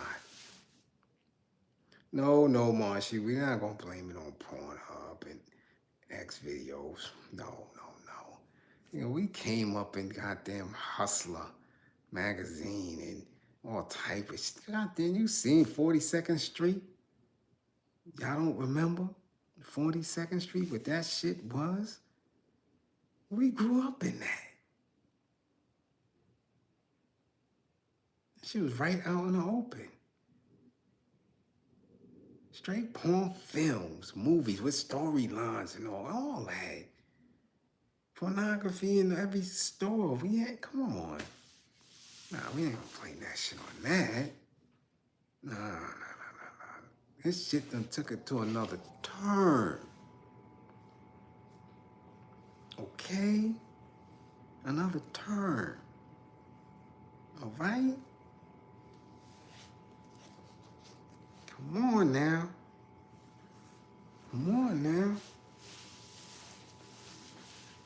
No. You had to sneak. Because you was a little girl who grew up into a teenager and a young woman. You had to sneak. Young men ain't never had to sneak. They ain't had to do that. If your daddy had it, you had it. Simple as that. Simple as that. You go right there. VHS stores, you go to the back room. All on the covers, all that. It was, come on. Excuse me, y'all. No, we're not doing that. We're not doing that because even with the immediate access in your phone, you have individuals that just don't watch it. They don't do that. But these other ones, and I'm trying to figure out what's on Pornhub that's telling him to take off his damn pants and to drive around.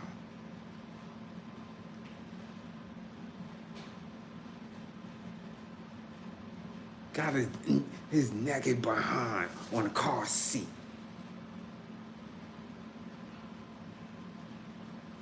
Who else sitting in that seat? Got all type of skin chips in the seat because you ain't got your drawers on. And you drive, anybody could stop you. What if he had an accident? What if he had a little fender bender? Boom, he gotta get out the car with no drawers, no pants. Just like that drunk ass nurses. Where's that? Where I see that video? Drunk ass, YouTube, drunk ass nurse. She like this and this and this. Solid. Cop said, where are your pants? How you driving? You ain't got no pants on. The hell going on?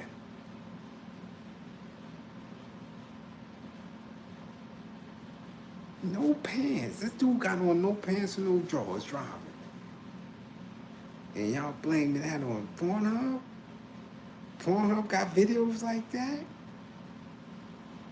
Because he had on a shirt and everything. So now you got on a shirt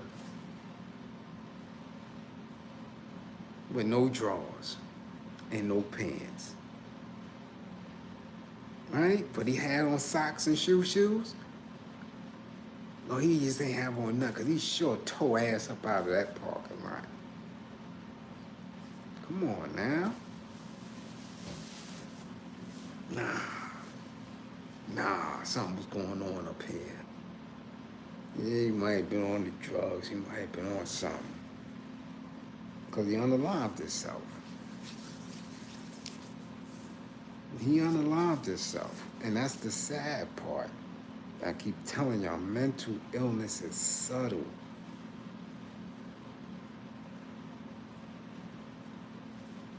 Well, we'll talk about that later. We ain't gonna go there here. We'll talk about that later.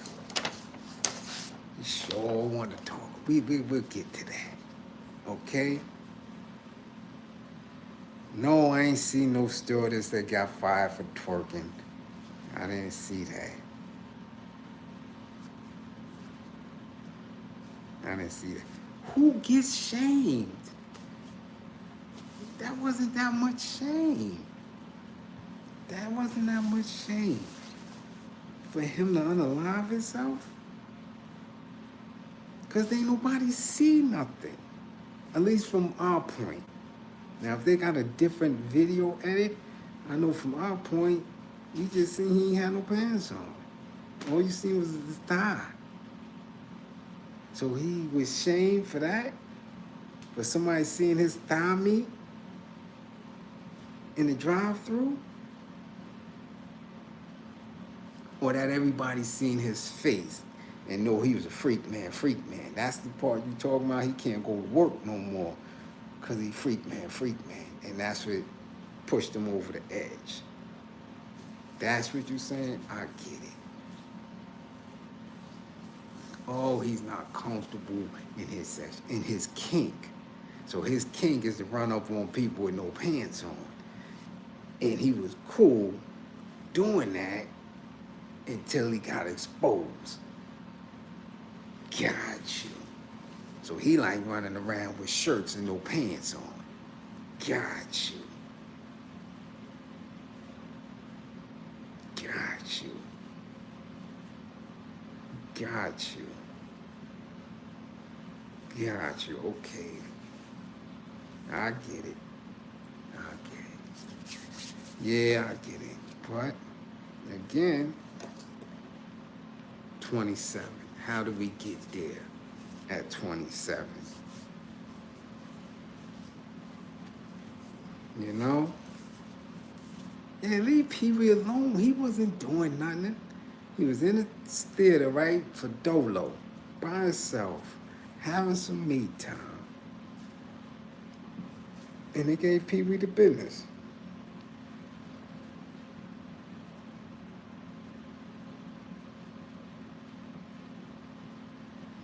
Got you. Got you. Listen, man, listen. It is what it is. All right? Salute. Salute. Yeah. Yeah, you got tears, Kenny. I'm telling you, man, this world is funny style. Funny style. Because I'm saying he's 27, right? He unalives himself because y'all said he got shamed. The Puffster got caught with 1,000 bottles of baby oil. He defiant as a mother. He caught kicking people on. He defiant. He ain't shamed. Why he ain't shamed then? Why the diddler ain't shamed? Since so much shame is going on and going around. The whole world talking about the diddler. He ain't shamed at all. He talking about, shit, I need to get out.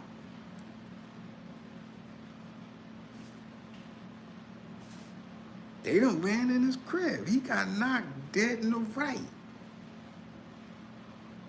He got knocked dead in the right with baby oils and lubes and allegations and TD Jakes and Reginald Vell Johnson, and he ain't shamed at all. He ain't shamed. He ain't shamed. He ain't unalive himself. He chilling. So why is this man? Why ain't he shamed?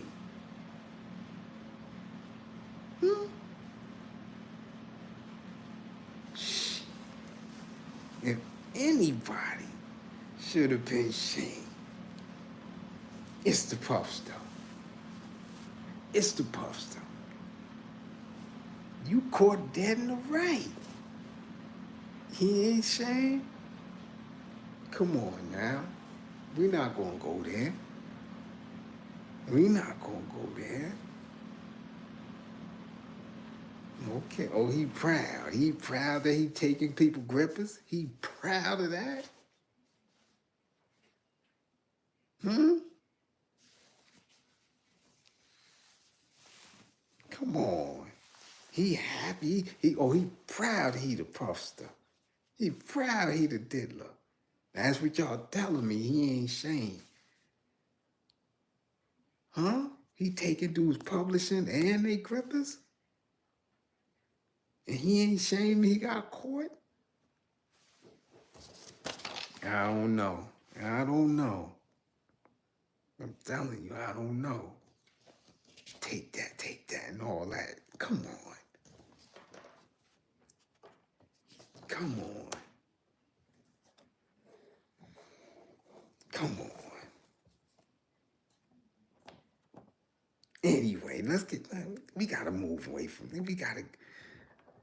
Because I'm getting ready to close out. This is a long Sunday evening class and shit, and we got to go tonight. We got to go. I think y'all a little saucy.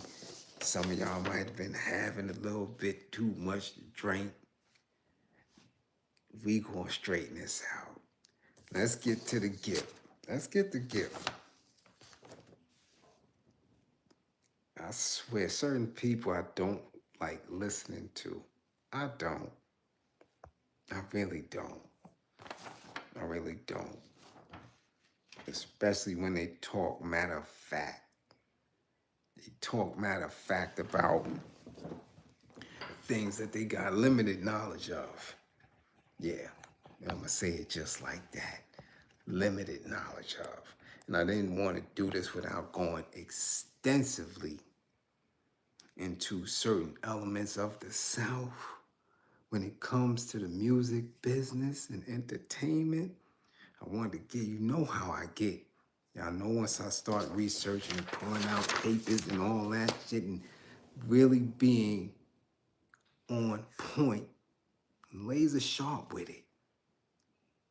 But now I'm gonna give it to you right here. Okay? Now, I haven't seen him in a minute. Gift been quiet for a little bit, at least to me. I haven't been seeing any platforms. But, and I'm paraphrasing, but he just had a statement where he shitted on New York again. He got a bad taste in his mouth for New York. And in all of this industry talk about who created what, who owns what, who should be claiming this and who should be claiming that, I keep saying, and I'm going to continue to say it, it doesn't matter who created or who owned any of it from the beginning. If you put it in an institution and you had no power, you understand? Absolutely no power. And at the end of the day, you getting partial pieces for your work, then you the doja, you the dun-dun-dun. You the cornball. That's your fault. It is. Because you took your labor, your talent, produced a product, and put it into a machine where somebody else benefited more than you did from your own work. So he made this statement about New York and people looking at rich people in awe.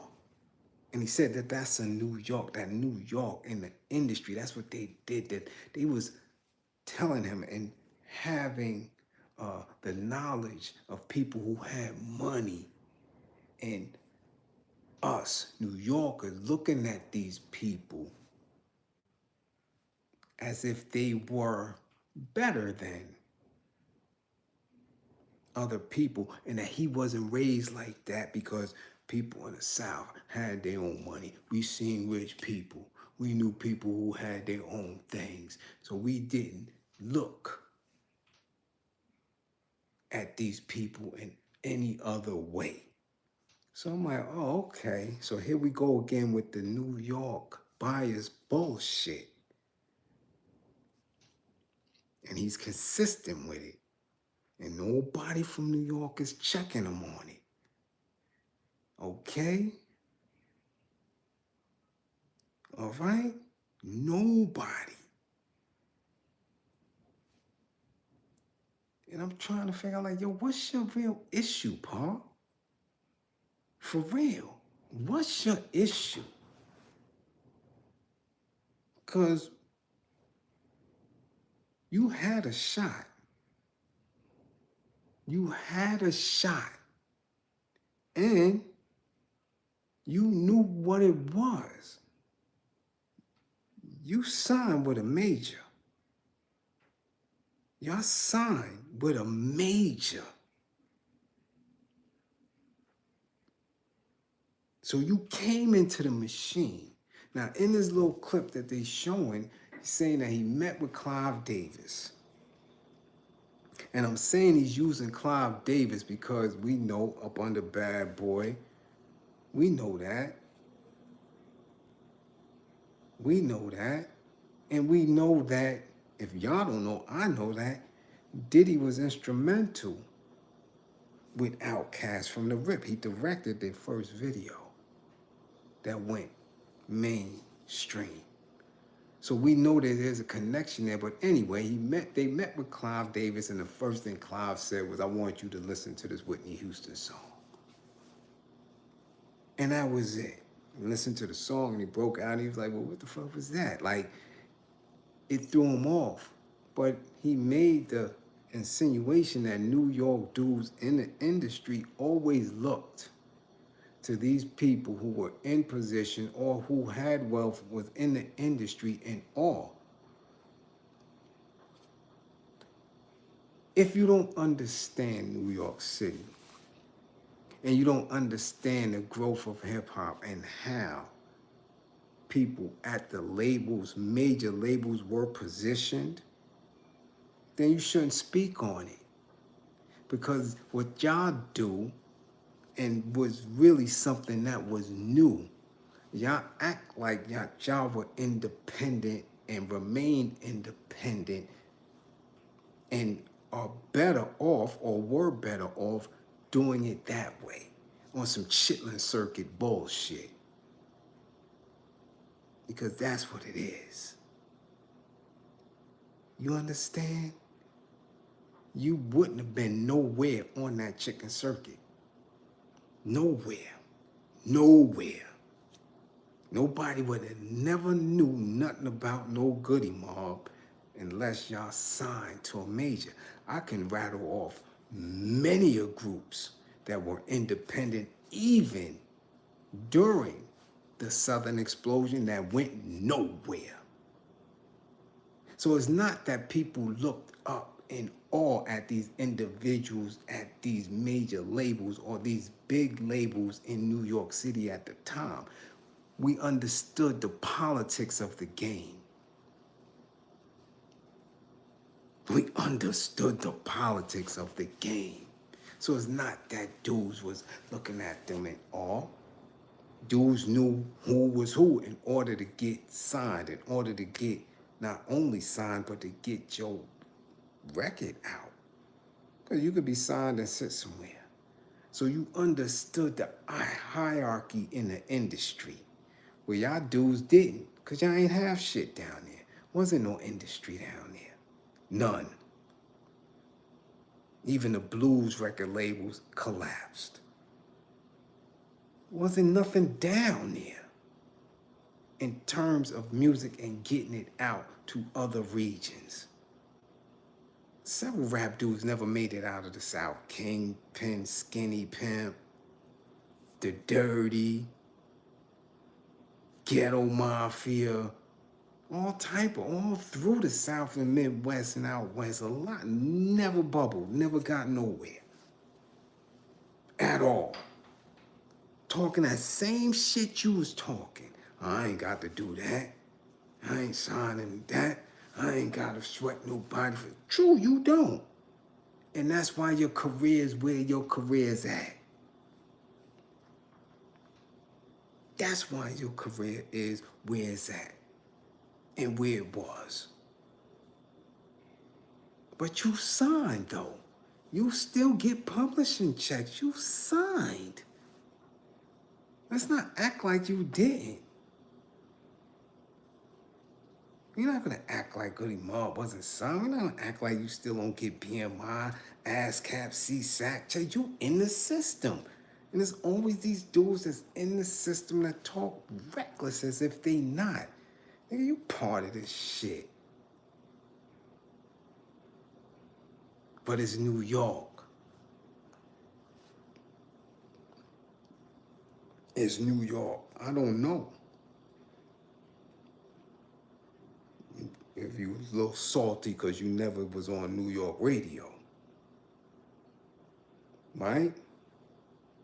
He even Cell Therapy, which was a banger, got limited burn. It is what it is. See, we don't get impressed because some people got bars. We just don't. I'm not getting it. Okay, you got some bars. You can say a little something. So what? What's next? But he's salty because New York never embraced him. And I dug him. I'm going to keep it a buck. I dug the Goody Mob. And when Dre's and them said the South got something to say the shit then. Y'all ain't said shit. South got something to say it. You put out the first album, never again. We ain't hear nothing else from y'all that could even sit in the same space as Cell Therapy. Never, y'all said that and that was it. But what came from under y'all umbrella since the South got something to say? The Dungeon family. Y'all responsible for Future. I'm gonna let's not let that escape people. The South has something to say and y'all sent Future. A pill pusher. I'm saying that's y'all family. Y'all sent Soulja Boy. Y'all sent Young Thug and Gucci Mane. That's what the South had to say. Yeah, that's what y'all had to say, because that's all y'all been saying. Cell Therapy was one conscious joint.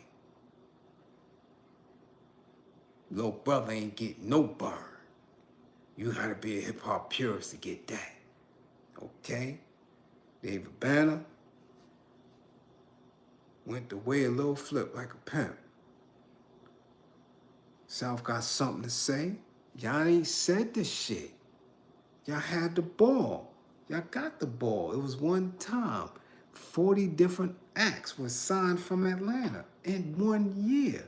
And periodically they were coming out under y'all umbrella.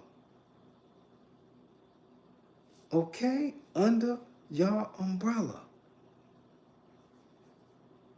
What y'all got to say? Y'all gave Gucci. Y'all gave Jeezy. Come on. This is what y'all saying. Snowman, Icy, Trap or Die. Right? This is the South. Yeah, Laffy Taffy. Skeet, skeet, skeet, yin yang, and all that shit. This is the South now. Y'all had something to say. And y'all ended with Future and Young Thug. But you mad at New York. For what? For what? Because New York understood that it didn't matter how nice you were, how many, if you didn't have a direct If you wasn't in, it's been political. Politics. But yet and still, y'all try to find your way up here. Y'all still, whether you did it initially in the beginning or y'all trying to do it now, get to the same label, the same check writer, the same bagel meisters, the same Ofays, y'all still trying to get with. So don't act like you Mr. Independent. And your wife signed to majors. And she was nice with it. Both of y'all up under the musical umbrella of the Recording Industry Association of America. Y'all get publishing checks. So stop acting like y'all not part of the machine.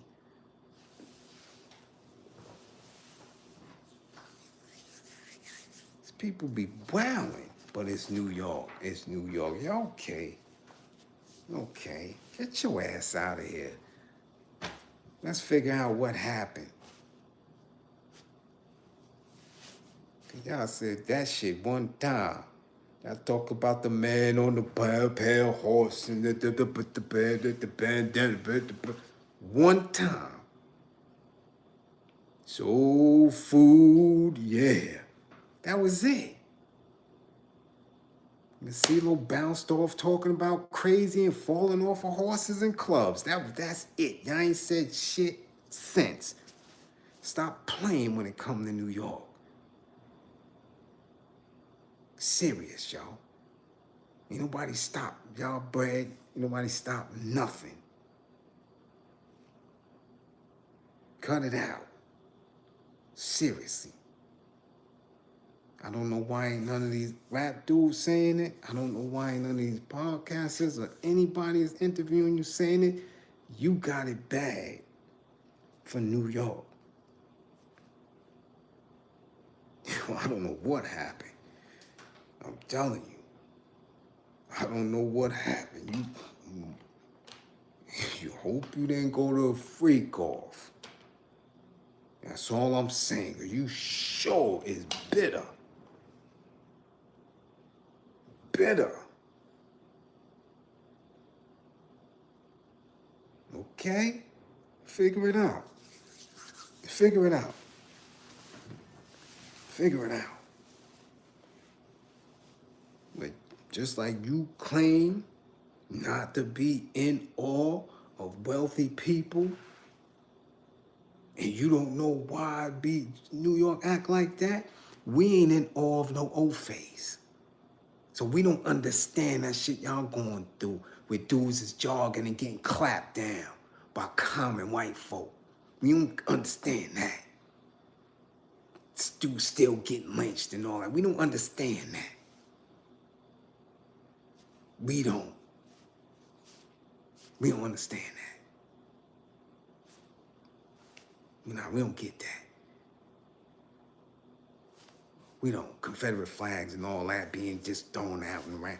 We don't get none of that. I don't understand that.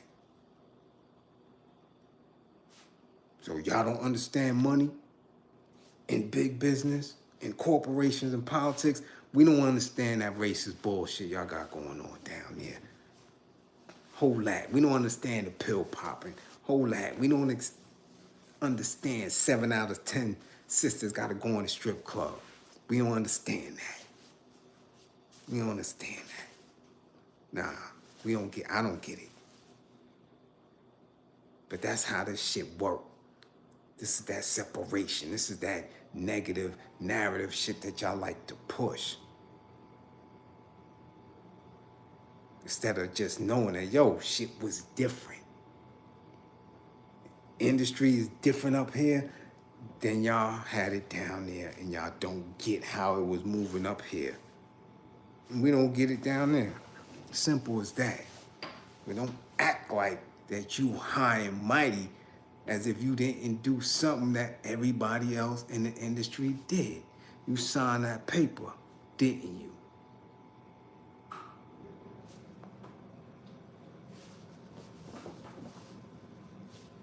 That's it. You met with Clive Davis. didn't you? Whole lot of people in New York ain't never had that opportunity, ever. But you sat with him, and he played a Whitney Houston song for you. Maybe he was trying to line you up for the party. We don't know why he would play a Whitney Houston slow song for a group that's he know is coming in for hip hop. Maybe he was trying to check your grippers, Gip. That don't have nothing to do with us New York dudes. That's Clive Davis. He ain't from the town.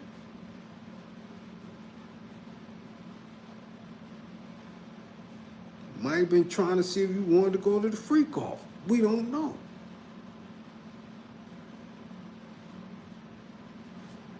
We don't know.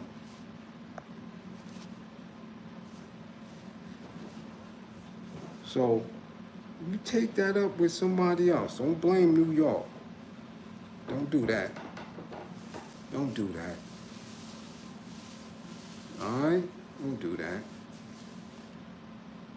That would be like me hating my cousins because they treated me wrong when I was down south. Because they used to want to race. And I'm telling them I got suede Pumas. I can't get the red clay on the Pumas because it's hard to clean off. And they running in bare feet over rocks. And they laughed at me because I was worried about keeping my sneakers clean. And they running in their bare feet on rocks in 95-degree weather like it ain't no thing. Burning up fast as hell. I don't have no bias. Misunderstanding. I'm not running on no rocks in my bare feet. I'm not doing it. I'm wearing sneakers wherever I go. It was just different. In New York, I never ran in bare feet in New York City, ever. That ain't even a thought. Right, they called them tennis when I was down there. So I'm going to treat my family biased. I'm going to say that they treated me bad because they teased me about wearing tennis sneakers everywhere I'm going, tennis shoes and all that. I'm going, no, that's ignorant. They ran on red dirt, clay, and rocks. I didn't. It's a difference. You don't respect business or wealthy people. You didn't look at them in awe because they was around you. Okay. We knew that there was political levels in the industry. Same shit. Okay? Dudes is crazy. Much appreciation, Mark. Excuse me. Malik. Keep preaching truth to power. I don't understand why so many people are jealous of us on the East Coast. Hip-hop was created in New York. Again, it's just a narrative. It's just people that are putting these conversations and this energy out there as if they're doing something different. Everything that these people are signed to, all of these labels is in New York. I told y'all, these dudes live here. They be here all the time. The ones who not from here. Kendrick got a crib in Brooklyn. Lil Uzi Vert be in Kings Plaza on a regular. Goddamn, what's the other boy? Chance always here.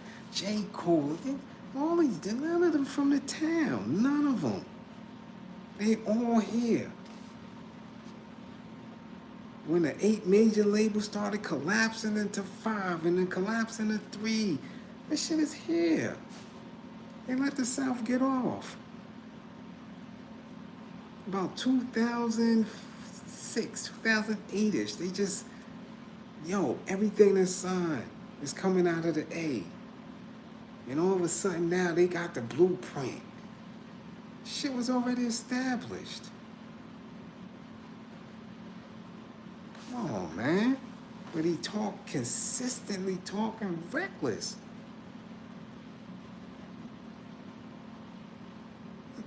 And nobody will check him.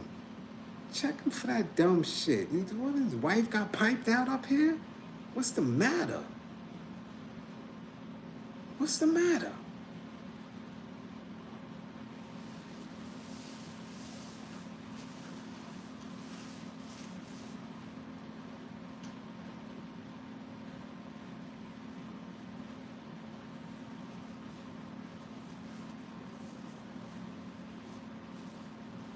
Shit is just ridiculous, y'all. I'm serious. And I'm telling you that you can see it in their body language. You can hear it. That this shit they've been harboring for a while. And they getting on these platforms and just spewing. Come on, man, get out of here. Just spewing, and they ain't saying shit. Fix it. Whatever happened, fix it. What's your solution?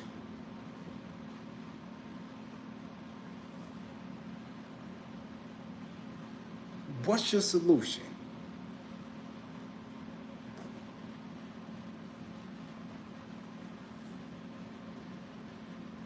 Because now the industry is done.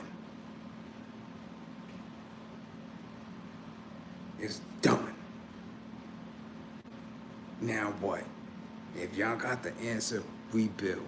That's what y'all do. Rebuild. Don't worry about what's going on up in New York. This whole energy shifted. That aspect of the culture is done. It's gone. You don't see nobody doing no graffiti no more. Nobody doing nothing that is complementary to the 5 elements no more. No hip-hop clubs, nothing is done. That whole shit is gone. But I want to know what you going to do different. You tell me how y'all going to represent the 5 elements of hip-hop. You show the new business model. You do that. Show New York how it's supposed to be done then. Don't come to New York signing deals or signing record labels that's here. And because you live down there, you act like people don't know who feeding you.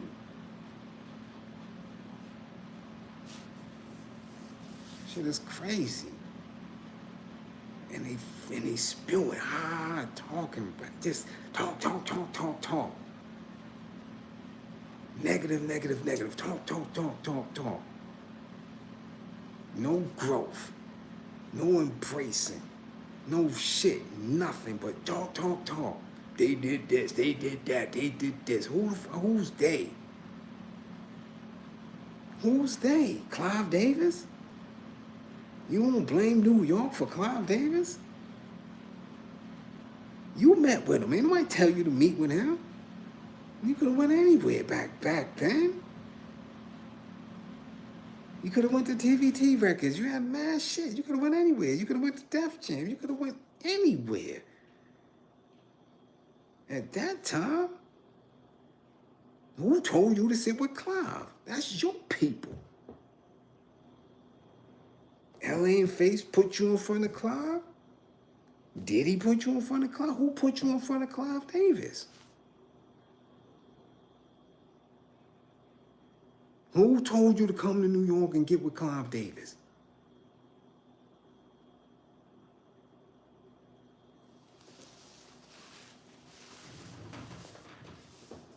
But because of that, now the whole New York is, now they all rock like that.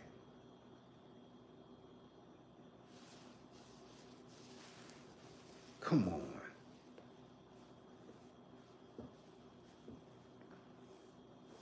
Anyway, look, it's almost 2 o'clock, y'all. I'm out of here. I don't know what we're going to do tomorrow. Okay.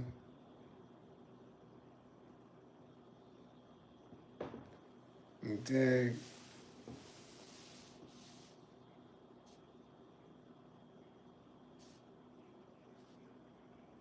He did, Cool K Kings. Yes, he did. Yeah. He industry. Like I said, these dudes talk that shit. I'm telling you, all y'all gotta start doing is do the paperwork. Do the paperwork. See who they sign with, when they sign, what they doing now. Come on, man. His whole existence is industry. Him, the wife, the kids, they artists. They artists. What else they got? Seriously, what else if I'm wrong, check me. What else do we have that's not industry related? He got a library somewhere? He got a bookstore somewhere he's selling books? What is he doing that's not industry? You get your food from the same machine. They get publishing checks. They do shows. And they doing shows and they getting booked. They get booked by, what's the damn shit? Oh, man.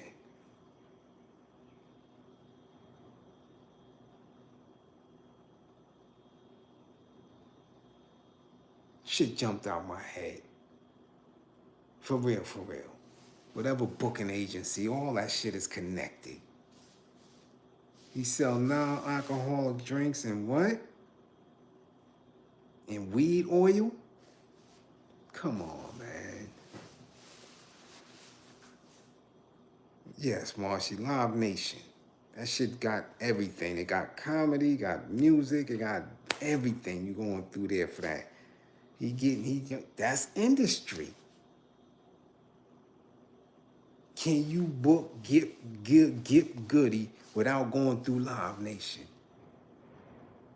Can you book him without going through Live Nation?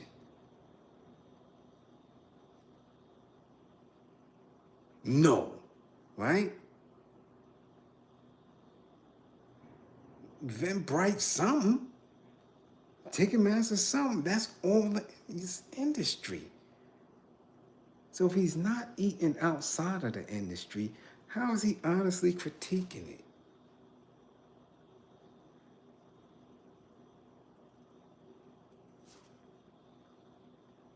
How? Yeah, he married. No, we don't know if that's true. We don't know, Mark, if that's true. If she's an old fae. I don't know. She has the look of an old fae. She has the features of an old fae, but that doesn't mean she's an old fae. Okay? I have family members that could pass. So I don't know that woman. I've never been around her. I don't know if she's Italian. I don't know if she's passing. She appears to be that way. I don't know. Yeah, thank you, Omar. I'm telling you, he got a deal. I know that. So whether he got a deal in 1995 or he got a deal in 2025, you still in the industry. So the same people that you say New York dudes was in awe of, nigga, you just did the same shit. He did the same shit. Hey Regina, what's going on? Salute.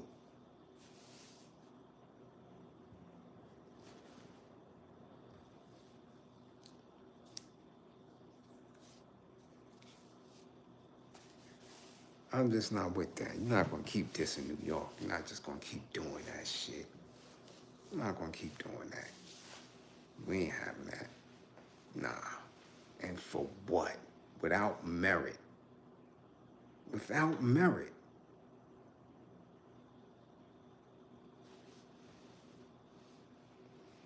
No, he ain't married no Rothschild. Not that I know of. I know he was going with her. I don't know how extensively she deals with the family. But she had pictures with him. He had pictures with her. They did what they do. I don't know. I don't know about that man like that. I don't like Jay Electronica to that degree anyway. I think he did a Grant Hill to the hip hop world. He always injured. He never put out a product. Y'all still rocking with him off of 2 or 3 songs. You know, put out an album, quality album, run around, do a tour. He's still living off of Exhibit C. I don't care for that dude like that, and that shit that he did with Jay, that shit was trash.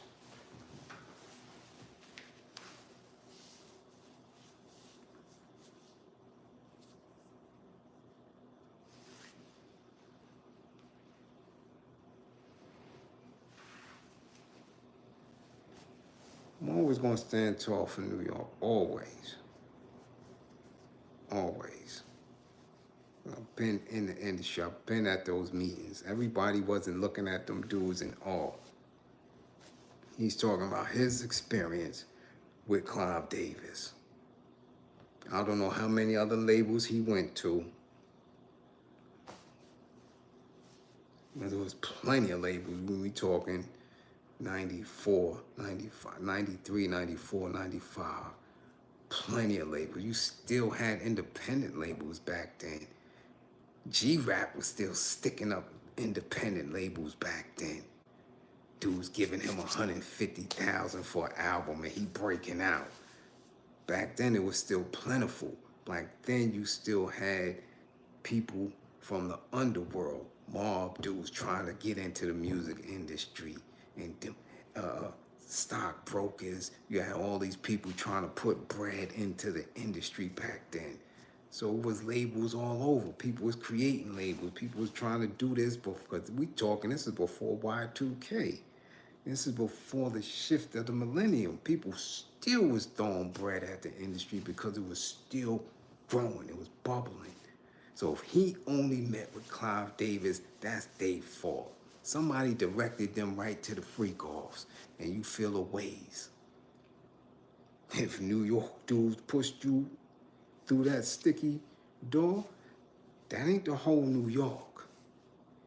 And you was getting burned.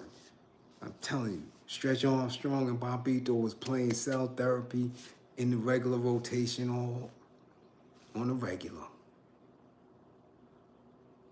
Ralph McDaniels was playing the video on the regular. So what is the New York bias for? For real. For real. You was, Goody Mob was getting burned. So what are we talking about? Our underground was playing it.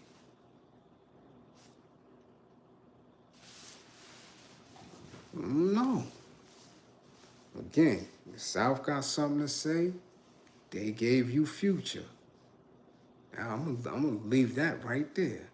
The South got something to say. And y'all gave us Gucci Man, Jeezy, Soulja Boy, Future, Young Thug, Yang Yang Twins. Ski, ski, ski, ski, ski.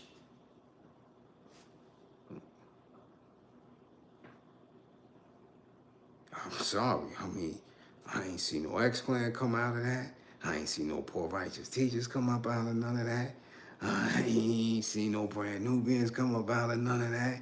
I ain't seen none of that shit come through that. Ski, ski, ski. That's all. Pop the Molly, I'm sweating. Pop the Molly, I'm sweating. What? Molly Percocet, Molly Percocet. That's from your tree. Specifically from Dungeon Family Tree.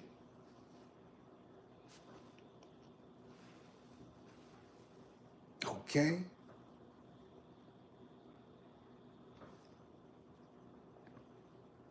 Okay? Ski, ski, ski. Love with the stripping and all that. All that. That's what the South said when they got the mic. Anyway, y'all come back to class with all 10 fingers and 10 toes. Much appreciation to my classroom assistants for holding it down. It was a long night tonight. You know, as always, war effort be light when it's a long night. But we got it, y'all. We building. We gonna do what we do. Understand that. Okay? Understand that. If you driving, you shouldn't be. It's late night, especially y'all truckers up here. Up here in the tri-state, the roads is slick. It's ice, it's snow. Pull over. Be safe. Safety first. All right? Yeah, okay? All y'all girls, it's a little bit tipsy tonight. I know. I'm gonna catch y'all in my DMs. Y'all better cut it out. All right? Had you a little sauce, a little bit too much to drink in your cup. Okay? You love you too, Cookie. We see you. All right? Lay y'all asses down and go to sleep. It's 2 in the morning, ain't nothing on TV. It's Sunday, infomercials, they ain't got Martin Luther King's speech on. Lay y'all ass down. I've been here, it's 2:10. Okay, we had a beautiful class. All right, don't believe in me, believe in my belief in you. Believe in my belief in you. All things work in a divine order. You dig what I'm saying? Stand tall and stand strong. You can do it. Remember, clean eyes, clear ears. That's how we do it. All right? Class tomorrow, we may discuss some other stuff. And maybe somebody at the inauguration might give us some content. You dig what I'm saying? Yeah, they might give us some content. You gonna listen to Fred Hampton's speech? That's what I'm talking about. You do that. Vincent Van, what's going on? Yes. Nah, it ain't no good night. I'll be up in a couple of hours. I just gotta get a little bit of resty rest. You know, just a little, not much. I got some other things to do. Oh, yeah. And before I go, I want to give y'all, I'm telling y'all right now, so I can help y'all real quick. Now, all of y'all not my clients. I know that for a fact. My clients know because I always give this to them. Before you leave your house, before you leave your dwelling, before you do anything, you gotta check yourself. I'm gonna give you a very quick test. Okay? How you test yourself before leaving. So you're not triggered while you're in the streets. So you have a clear head. Okay? There's a little acronym that we use in anger management, because I gotta start giving it to y'all, because y'all ain't coming to get no sessions. And I want to make sure that we're utilizing this space as fully as we can. It's a little method called SAD HATS, okay? It's the acronym to make sure you don't get triggered when you're in them streets. This is what you gotta make sure of. 1, you make sure you're not stressed. A, make sure your anxiety is not up and peaked. The D is for drugs. Make sure you ain't on no substances before you leave. And drugs is drugs, okay? Over the counter or on the street, it's still drugs. People always miss that. We growing up, they say go to the drugstore. What the hell you think you getting in the drugstore? Drugs, okay? So, yeah, no drugs. Make sure you ain't hungry, okay? Make sure you don't have no alcohol in your system. Make sure you're not tired, and make sure that you're not sick. SAD HATS, okay? If you got all of that in check, you should be in a clear mind, because all of those allow your triggers to go off like that. Okay? So give yourself a self-check. Just like you look and make sure you got drawers on before you put on your stockings. You make sure you got socks on before you put on your boots. You make sure you got an undershirt on, then a long john shirt on. Then this is another. You check yourself. Make sure you're not stressed. Make sure you're not anxious. Make sure you don't have no drugs in your system. Make sure you ain't hungry. I don't give a damn if you gotta eat a piece of toast. Eat a piece of toast. Don't leave your house hungry, okay? Make sure you ain't have a little sippy sip. Make sure you're not tired. You're easily triggered if you're tired, okay? And definitely make sure you're not sick. And I know that's a hard one. Sometimes we gotta go to work and we not 100, kind of ill, we fighting a cold or whatever.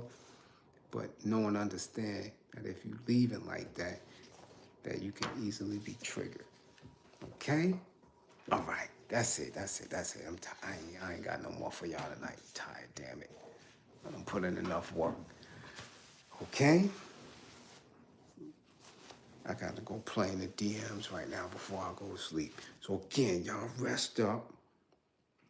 See y'all tomorrow. 55 gang, get y'all grade.